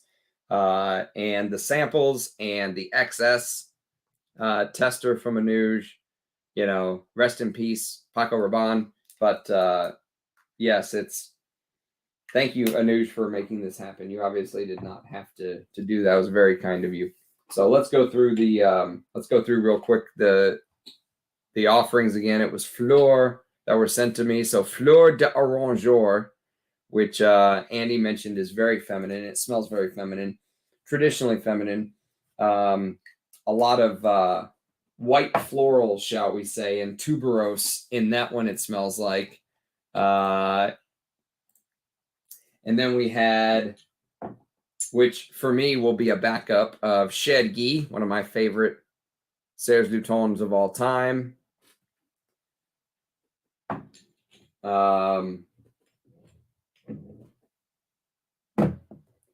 We have Datura Noir, which apparently Datura, we found out, is some sort of poisonous nightshade flower. And this one actually smells pretty good from the atomizer. And then we had Gris Clair. Gris Clair, very nice. And I think this was the one, can't even keep them all straight anymore. What was it? Gris Clair, ... 2006. Woody floral, dry woods, amber, iris, lavender, tonka, and frankincense. I think I'll really like this one. I bet this is going to be great for the heat. And then there was Clair de Musk. This is another one I'm actually really excited about. Just smelling it from the atomizer. It smelled beautiful musk. Serge Lutens knows how to do musk. And it's a Christopher Sheldrake. And then there was Nuit de cellophane. Nuit de cellophane, which was very interesting. Nuit de cellophane. I can never remember. Nuit de cellophane. There it is. 2009. Honey, almonds, fruits, green notes, woods, jasmine, lily, musk, carnation, and osmanthus. I do love osmanthus. Smells great from the atomizer. So these are all be new ones for me to get to know. And then La Vierge de Feu, which Rich Mitch said is the one that they made with Iron Maiden. And apparently this is the one that has this metallic vibe. Metallic notes. Yeah, definitely can see the metallic vibe. And then there was trying to keep them all straight. There was the bottle of Cedre, which this one does not have the atomizer. I will have to find an atomizer for this bad boy. Maybe the one Russian Adam gave me even might work here. I'll figure it out. I'll either decant this or, find an atomizer for it. Cedre. This one also smells very good. Just sniffing the juice. Cedre is...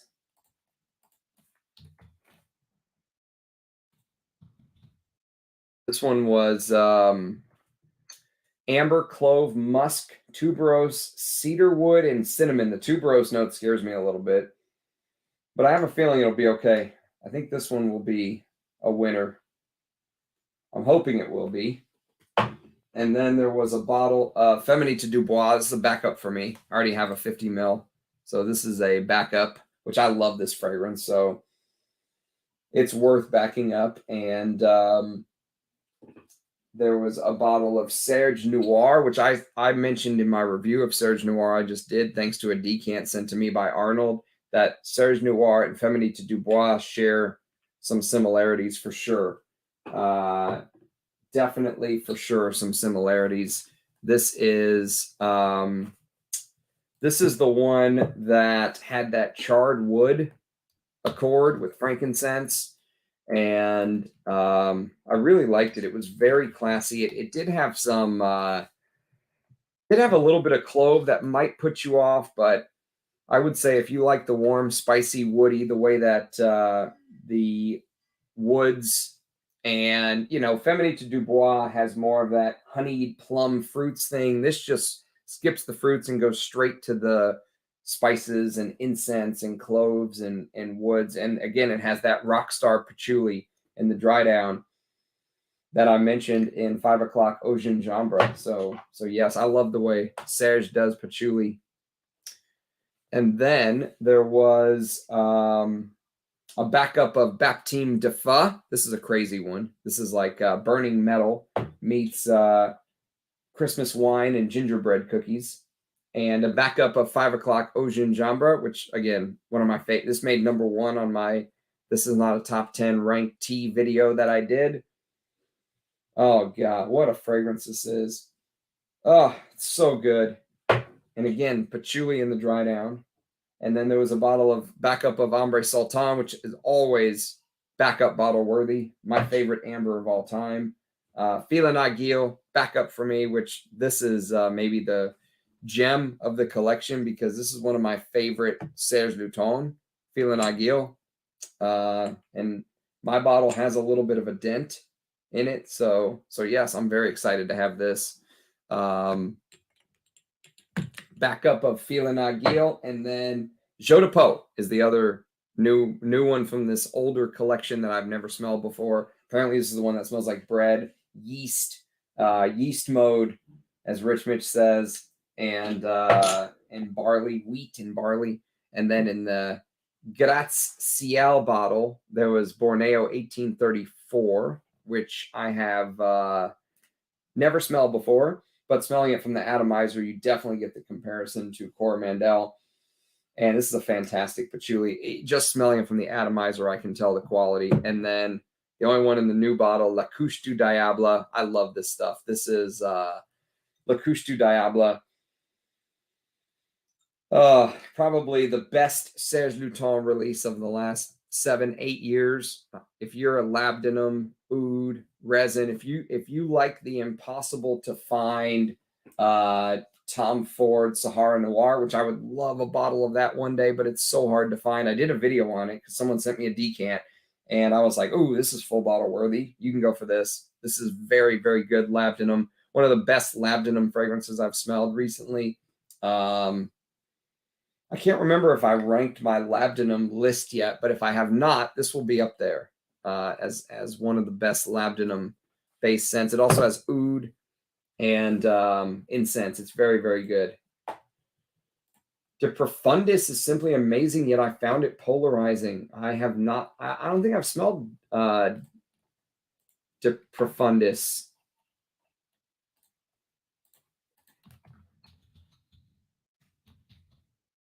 De Profundis, Serge Lutens 2011 Floral Green. That looks really good, actually. Maybe I'll put that on the wish list. Some fragrances simply get a unicorn status without merit. For me, unicorn means rare and the best of the best, not just average and hard to find. Yeah, that's a good shout, Andy. I assume that Purple Label is what you guys were talking about. Not worth $175. Okay, yeah, good to know. I'm glad I didn't do it. I was initially down on it a little, but it's getting better and better the more I wear it. Also, testing Bellamy Vetiver I got yesterday. It's fantastic. One of the best flankers of all time, in my opinion, but Bellamy is my favorite fragrance, so it's easy for me to say it's one of my favorite flankers. 17 bottles of Lutens. Yes, very, very kind.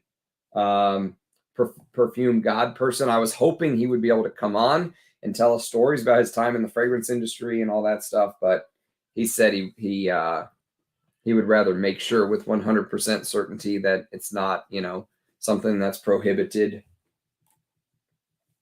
I almost will guarantee that you will want Spirito. That's a home run veteran. I can't wait. Cannot wait to smell those samples from Shiva. They're supposed to come on Monday.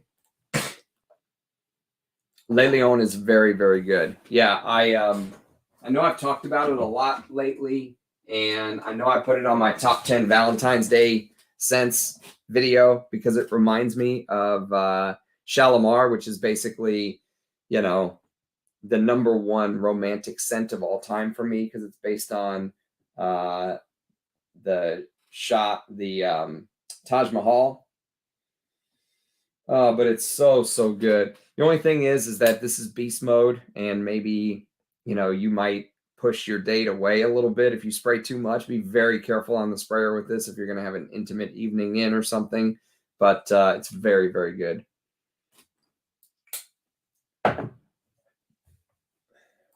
Which one is that, Shiva, if I may ask?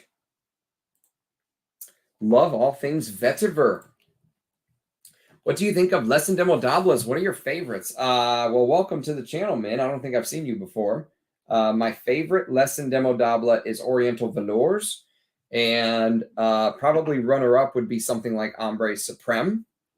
I don't have any full bottles, but I have a lot of these Discovery little samples that a friend made me. It's a great way to kind of explore the house. He's on YouTube, and I've talked about him before. I've done a video on him. His username is Miasto_Kelsey. Let me pull it up, and I'll put it in the comments.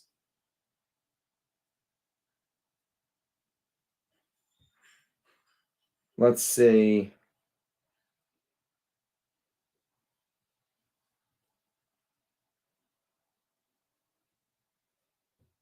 Miasto_Kelsey.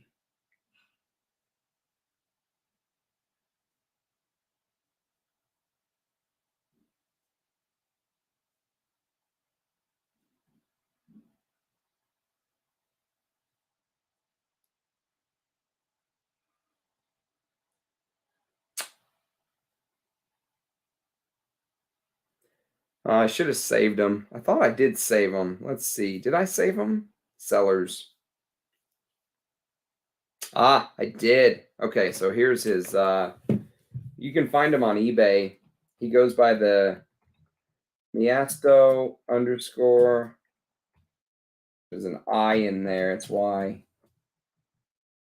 There's his handle on eBay. I've bought from him many a times. These were all from him. This is Vanille Havan, which is very nice for the cold.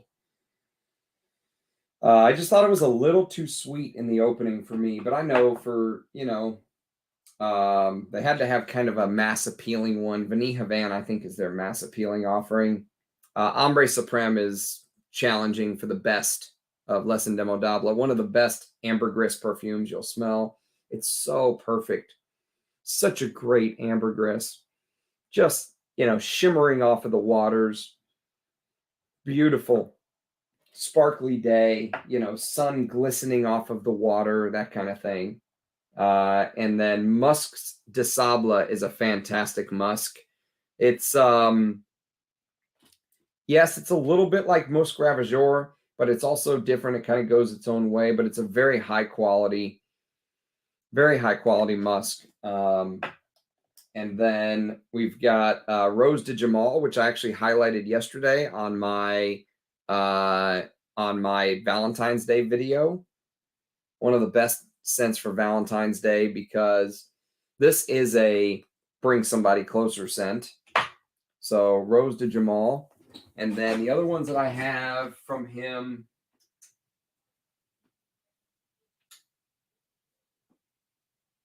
Let's see if I can find them.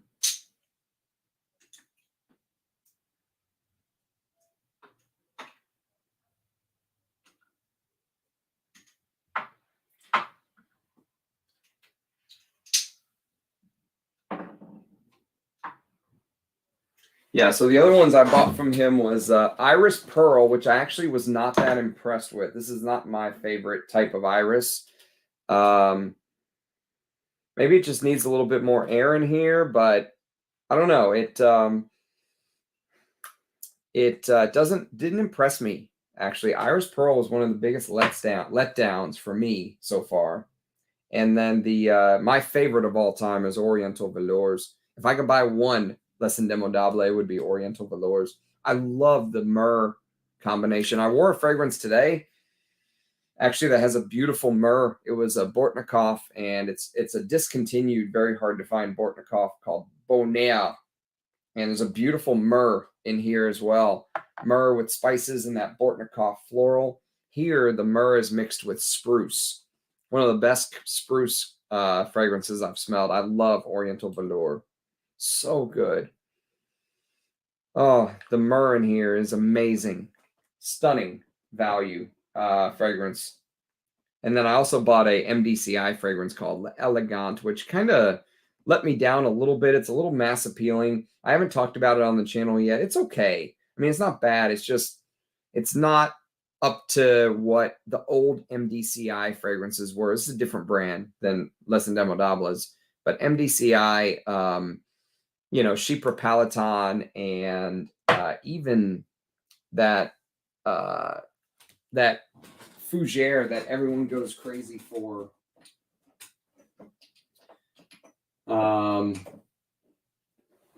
purchased these from him as well, Invasion Barbar and Chypre Palatin. So yes, I trust this Miasto Kelsey guy, and you can get decants at a very fair price. You don't have to buy a full bottle. That's why I like using him, you know. Sometimes you don't need a full bottle. Although both of these are full bottle worthy, Invasion Barbar and Chypre Palatin. But if I could get one from MDCI, it would be Chypre Palatin.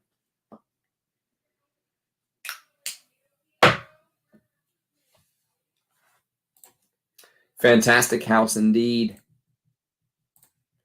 You should try L'Occitane Beau. Vintage bottle is better as always, but the new one's not bad. Yeah, I have actually I've got a couple of L'Occitane samples that I hope to talk about soon.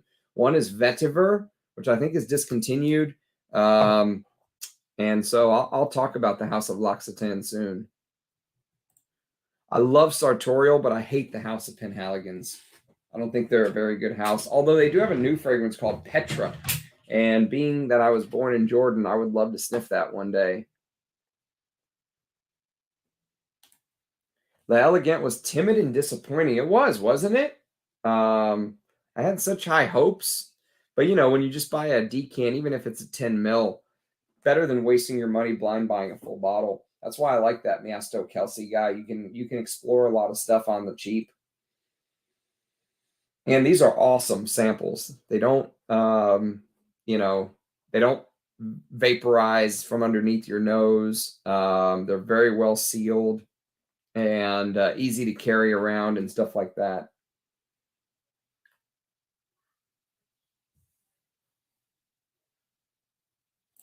Seeing some comparing it to Ego East. Oh, geez, no.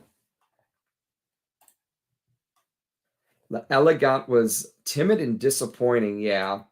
It's just kind of a generic woody scent. You know what I mean? Ah, Ace of Souls from Lebanon. Nice. That's right. We are historical brothers.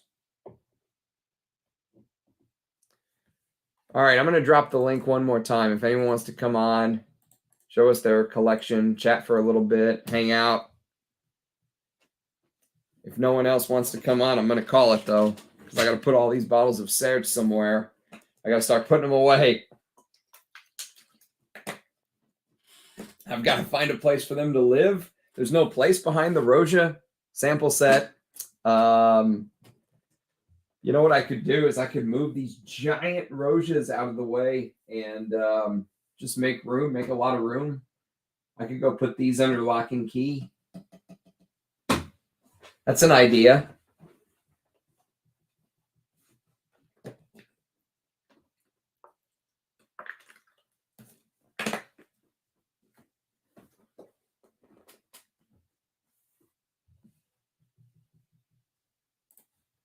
That's right. I'm gonna need it. Well, there's a second cabinet um, right here to the left, but I've been using it for decants. I might have to start storing some bottles. Roja Testers popped up on a discounter. Snagged Fetiche and Danger Parfum will be my first from the house. Congrats. Those are two amazing Rojas. Andy's not ready to come on. He needs to prepare. He has to make sure when he comes on, it's the most amazing finale of all time. I think people are going to love your collection, though, Andy. Just from what I've seen, I can't wait to see more of it.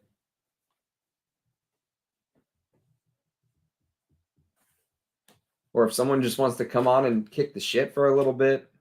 Usually about 2.5 hours is when my voice gives out. It's usually about as long as I have in me.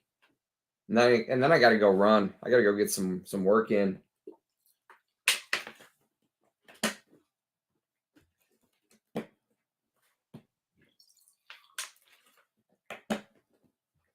I scarfed down a sandwich before you guys got here. Like, I figured out how to make the stream as a as like a, I don't know what they call it, a presentation. Still can't get over your top shelf is occupied by samples and testers. Well, not all of them. There's bottles back here.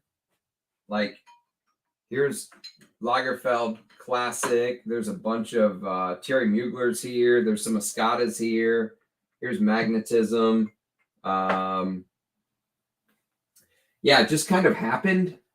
I don't know how it happened. I just kind of had some stuff pushed back and just started putting samples up there. And I was like, well, I'll get to these pretty quickly, right? So, you know, I'll just put them right here because I'll get to them pretty quickly. And guess what? They built up faster than I've been able to get to them. So, as of course they will. And so, yes, maybe I should move some of the samples to this sample cabinet and I'll make room up there. We'll make the top shelf a true top shelf.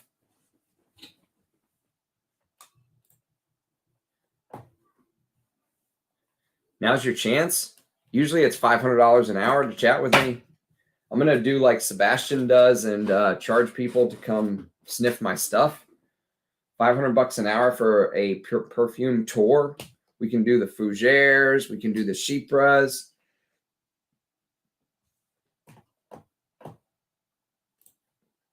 I'm getting new cabinets, then I'll be ready. All right, that'll be cool. New cabinets will be cool. What do you think? You think I could be a perfume consultant? $500 an hour for the uber rich. Besides, don't you want to smell some of this stuff you can't find anymore, like YSL M7? Let's see what Pat Lester's wearing. Scent of the day, Bella Respiro. Ah, beauty. Well, I hear it's a beauty. Haven't smelled it yet. Believe it or not, I have not smelled Bella Respiro. Yes, he has like a you know, an hourly rate for you to go smell his fragrances in that warehouse of his. And it's not cheap from what I hear. Not cheap at all. He is definitely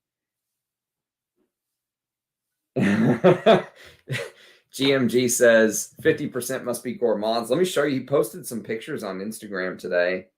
I saved them because they were pretty amazing. Let's see. So look at this. This is his little, you're not going to be able to see it very well, but that is a whole bunch of perfumes just everywhere.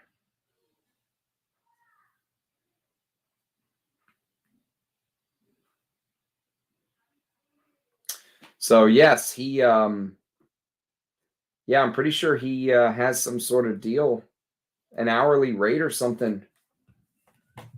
Just seen Parfum de Marly put their prices up. You have to be kidding me. That is insane. They're just keeping up with everyone else, though. And I've heard a lot of people complain about it. And, you know, here's my take on it. the houses are not really putting their prices up. The value of the dollar is just losing its worth. You know, it's not worth shit anymore.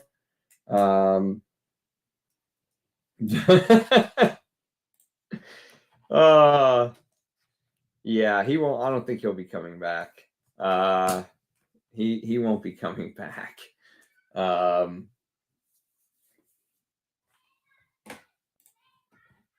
Yes, shocking, right, Rachel?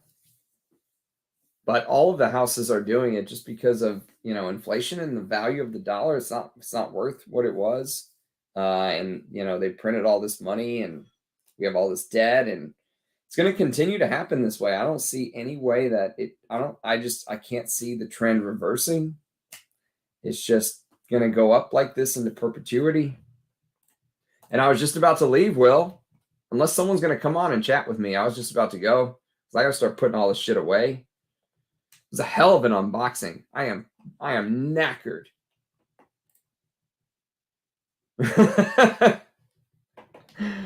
Ah, yes.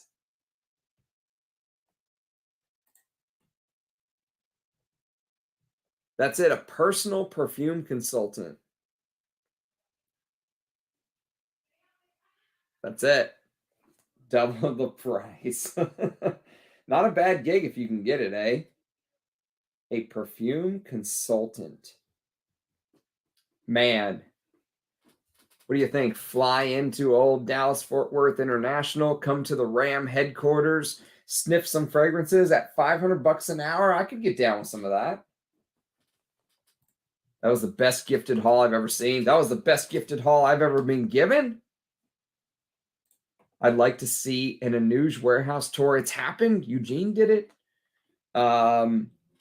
Eugene has a video on his channel about it. Go check it out, Andy.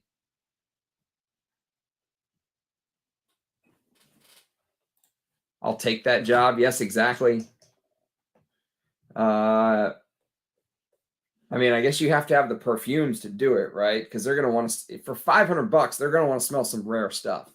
So you're going to have to spray some, you know, you're going to have to spray some Filanagil and some, you know, Koros and Antaeus and all of this good stuff. But hey, if you got the juice, it's not a bad gig.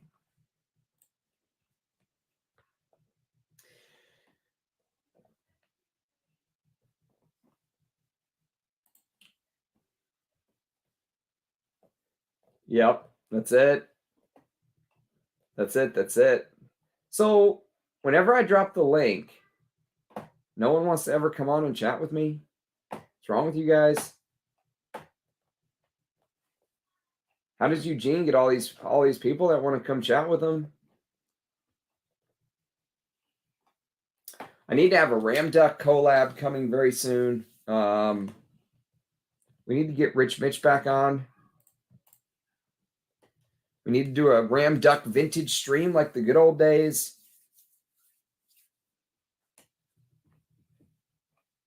I know you guys miss it. He has them all. I used to watch his video a long time ago when he would have haul after haul of everything. Who has them all?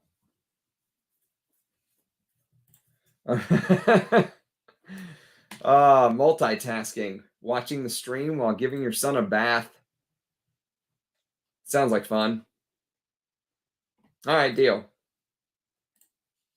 My wife sleeps in my fragrance room. She calls it the bedroom.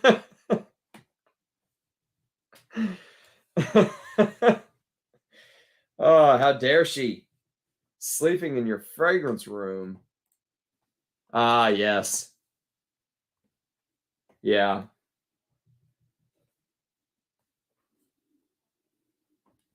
Haul after haul of everything. Yeah. How many fragrances do you think he has? I bet you he has 6,000 bottles. I bet you he has 6,000 bottles. Easily. 5,000 or 6,000. That would be my guess. Yeah. He and just think he had to shut down his first channel. Sebastian used to have a channel called Man Loves Cologne or Man Loves Perfume, and Bond number 9 sued him, and he had to shut it down. They sued him for something, slander, lie. I don't know what they sued him for, but he said something bad about a Bond number 9 fragrance, and they sued him. So he won't talk about them anymore on his new channel, obviously, but he had to start over. Just imagine how big his channel would be if he didn't start over as far as subs go.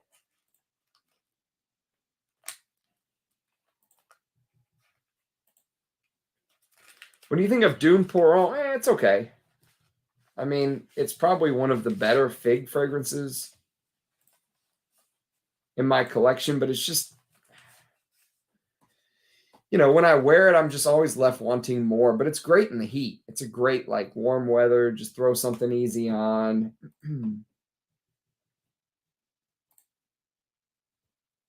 Except for Bond. Yes, that's right. He won't buy Bond number 9 anymore.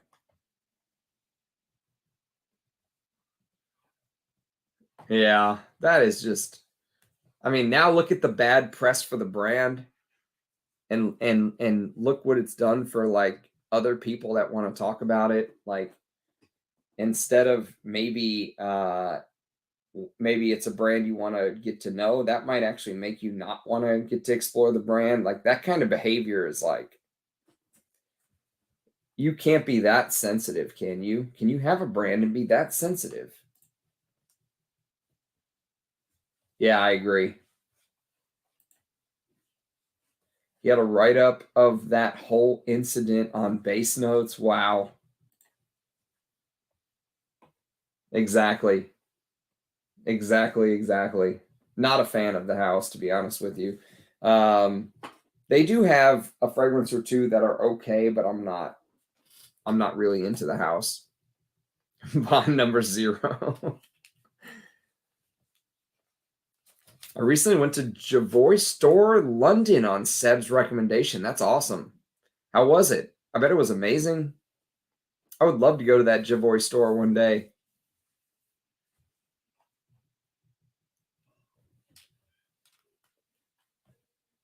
Yeah, I'd love to go to that Javoy store. Yeah, I don't have Blecker Street. I would love a bottle of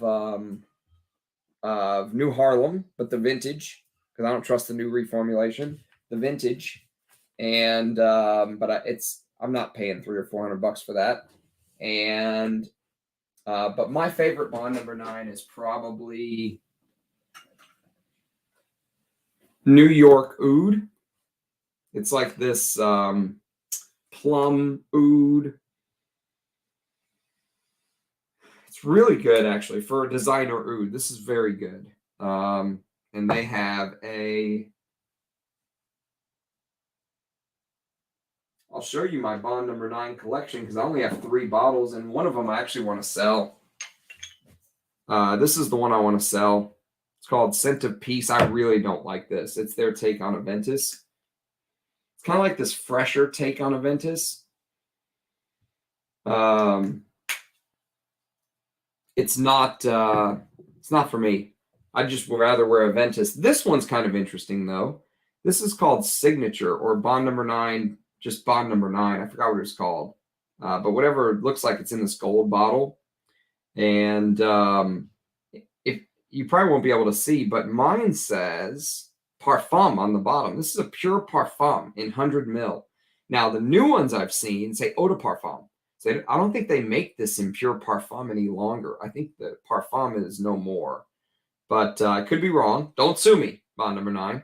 But this is a very interesting take on a rose oud with musk. The musk in here is very different from any like just, you know, musk fragrance that you'll just smell in the designer or niche world. It's not going to compete with the obviously Aris Ladores and the Bortnikoffs, but it's a very interesting designer musk. Picked up Begum Silk Road for him. Interesting.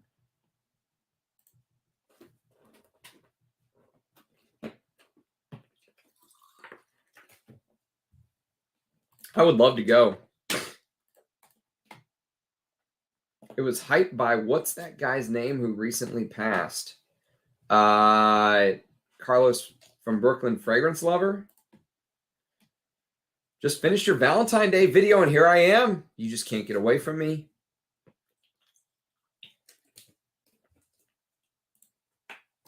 Yeah, they are synthetic. I've never smelled a Bond number 9 that I thought was worth a pot to piss in. Ah, Salome. A beauty. Careful on your words, Ram. That's right. Oh, no, I absolutely love Bond number 9. They're the greatest thing since sliced bread. I mean, can't believe it. I can't believe there are people out there that wouldn't love the brand. I will make it a point to never try any of their new fragrances right? Isn't that a bad precedent to leave for people? It's not worth the hype. I mean, it is. It's good. I enjoyed wearing it. Like I'm enjoying wearing it today, and it's good to smell. But I don't think it's. I wouldn't go hunt down a bottle. Let's put it that way. It was great. I only bought one bottle for $130, and they gave me 7 2-ml samples. Great service. I was hoping to get Sense of Wood, Plum, and Cognac, but they only had stock that in Paris. Ah, okay, interesting. Good evening, Rick. No, the fashion guy. Did you know that there is a bottle of Guerlain Jedi selling on eBay auction right now at $2,000? It ends in 6 hours. What a legendary fragrance. Well, now that you just let the cat out of the bag, that thing's going up to like $6,000. I probably won't be able to see it on American eBay anyways. Let's see. Do I want to spend $2,000 tonight?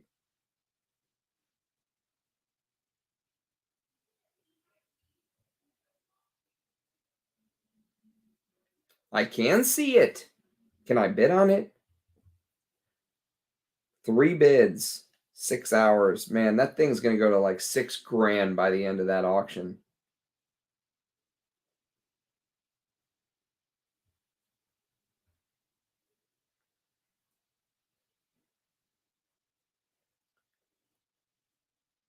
Honestly, if I could get it for $200 or $2,500, I might do it, but I wouldn't pay. It wouldn't go for that. It's going to go for big money.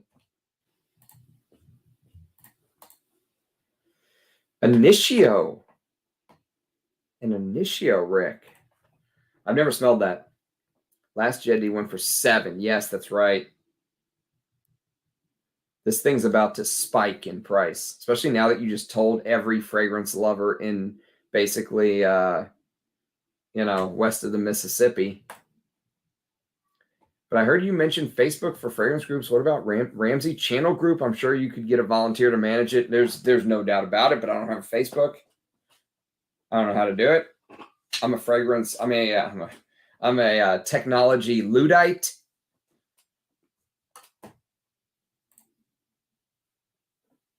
Personally, I'd only buy a bottle of Jedi at an official auction like Christie's. Yeah, that's fair. Decided to pick up a bottle of Venezia. Good to hear it, Will. Venezia is one of Creed's best creations. Javoy London has an amazing customer service. That's what I hear.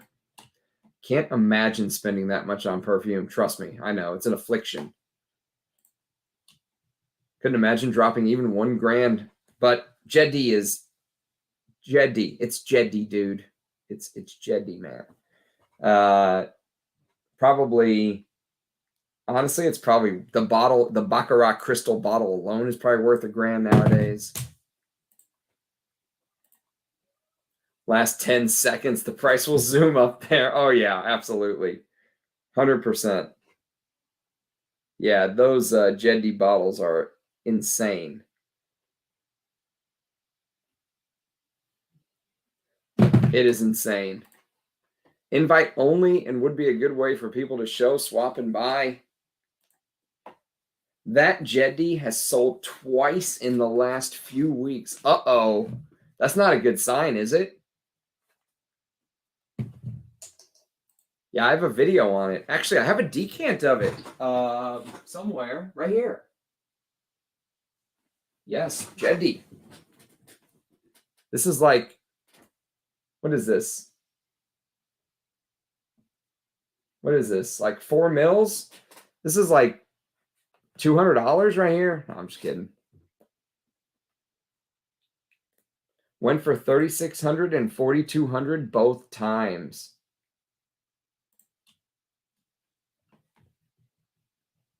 The same bottle sold twice. Yeah, that's a little bit scary. I don't know how I feel about that. I do love Jedi, though. I did a video on it. It is very... Go check out my video if you're interested in my thoughts. It's very, very, very, very, very, very good. I create a moniker Facebook account just to join your group. Andy does bring a good point. That would be cool. I'm not going to lie. It's a down payment for a car. Yes, it is. I bought from the seller before, and she tells me each time the buyer failed to pay. Oh, shit. So she's legit, you're saying, huh? Too bad we couldn't get it for $2,500. God, the pictures are gorgeous.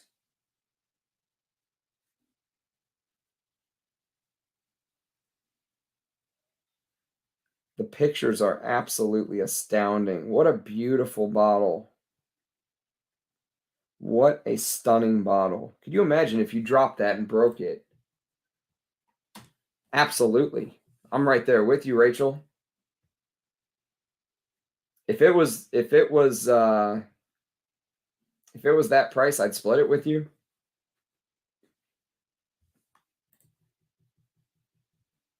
Just idiots bidding after a few drinks. Yeah. Yeah, you get a lot of that, eh?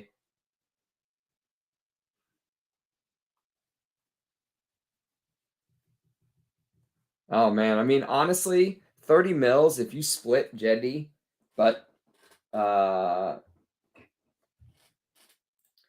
course it is. I mean, they only issued them. They reissued it in 1996, I believe. Here, let me look it up. I'll tell you. So it originally stopped being produced in the 50s, I believe. And then they reissued it in 1996. Yeah, to celebrate its 70th anniversary, a true copy of the 60 mil model was issued in a limited edition in 1996. And then I think maybe they did it one more time in 2006, and that's it.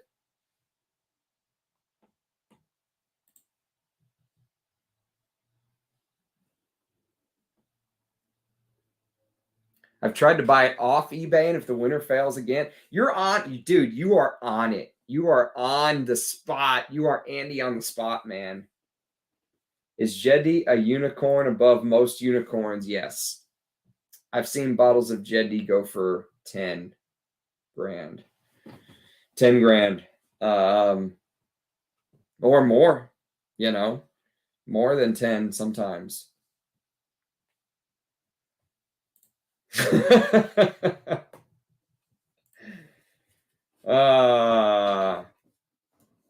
wish, Andy, I wish you were like on the same continent as me. Me and you could split stuff like this so easy. I wish I had that is one thing I wish I had. I wish I had a splitter. I would love to have a splitter, because when you have a big collection, you don't need 100 ml bottles of everything. You know, I would love to find a splitter who would split something like that with me. I could keep the bottle to show them and pay a little more for keeping the bottle, but they would get half the juice, and the juice is what they want anyways. But like a professional splitter, someone who knows what the fuck they're doing. Could you imagine spilling Jedi everywhere? Oh my God.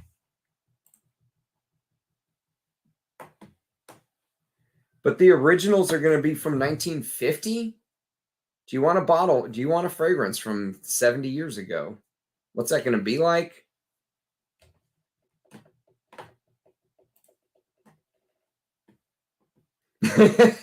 I have a feeling you're exactly right. And you know what? He'll probably get it at $2,500 or something.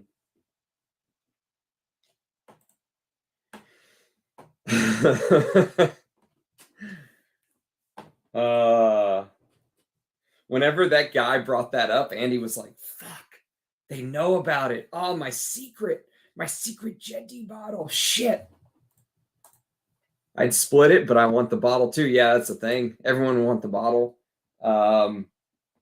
We'd have to like share the bottle, you know, like I have it for a little bit, you have it for a little bit. But when you have a fragrance channel, I'm not going to show the bond number 9. When you have a fragrance channel, you want to be like, ooh, look, Le Lion. You know, everyone wants to be Vanna White when they have a fragrance channel. You know, so yes, that is the problem. Although, to be fair, if it meant getting 30 mils of vintage of Jedi, 30 mils of Jedi, and I don't get to keep the bottle, I think I would still do it. And if I got it at a cheaper price because the other guy's keeping the bottle, I think I would still do it. As long as it's in like a legit, you know, you can't put it in this. You can't put 30 mils of in these little shitty things. Like you need a legit, like maybe something like this, or these are great. They never leak. They never evaporate. I never see evaporation from them. So the sprayers are unbelievable.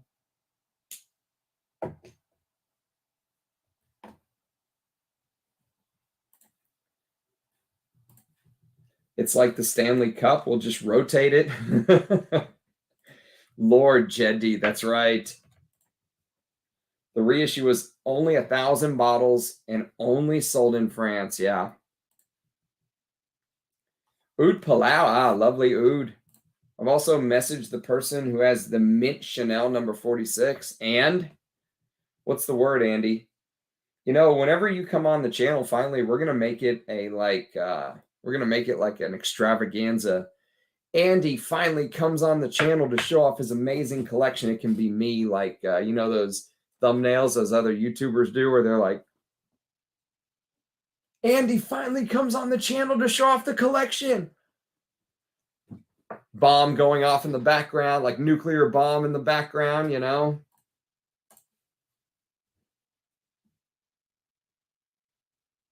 I know, but you're getting a bottle from 100 years ago. What's the juice going to be like? I would almost rather have the reissue because it's more likely the juice will be in better condition. The bottle from 100 years ago scares me. It's just going to be sludge at that point. It's just going to be like,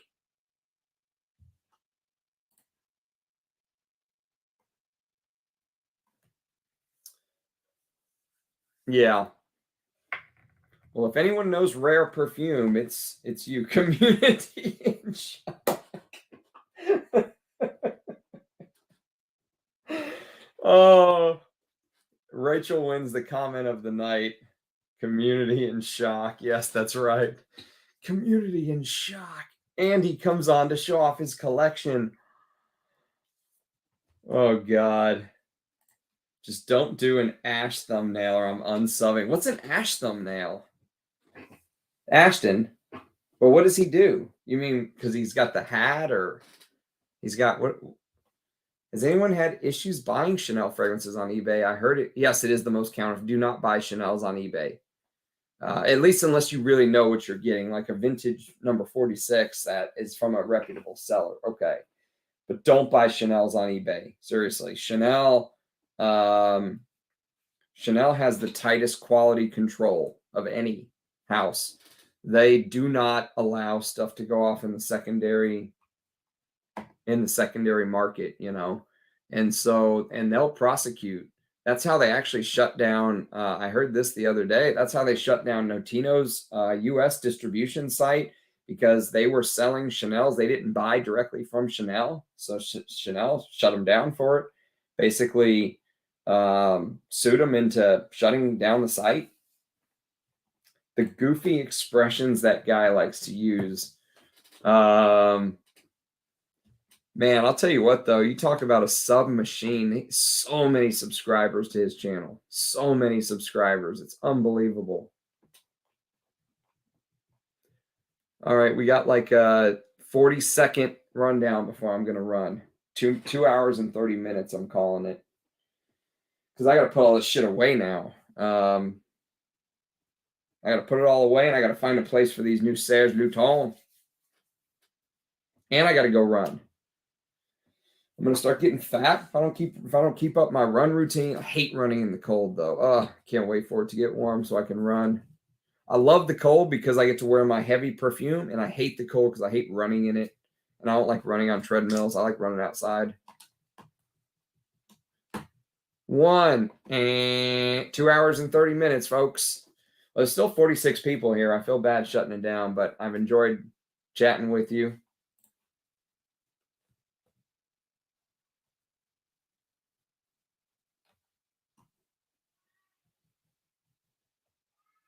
Yep. I agree with you, Ringo. It's absolutely stunning. They were liquidating the frags left and right. I think I picked up Dior and Parfum for $50. What a steal. It's not that cold. It's like in the 50s, I think. It is in the 40s. Sorry. Yeah, it's pretty cold. I'm not going to want to run in this, but I'm going to force myself to. It's been fun indeed. I'm going to go run. Thanks for being here, everybody. Thanks, Antonio. Appreciate your support, fellas and ladies. Thanks for being here. Hope you enjoyed the biggest free haul I'll probably ever get in my life. So thanks for watching, and I can't wait to get to know these. Cheers, guys. Bye now.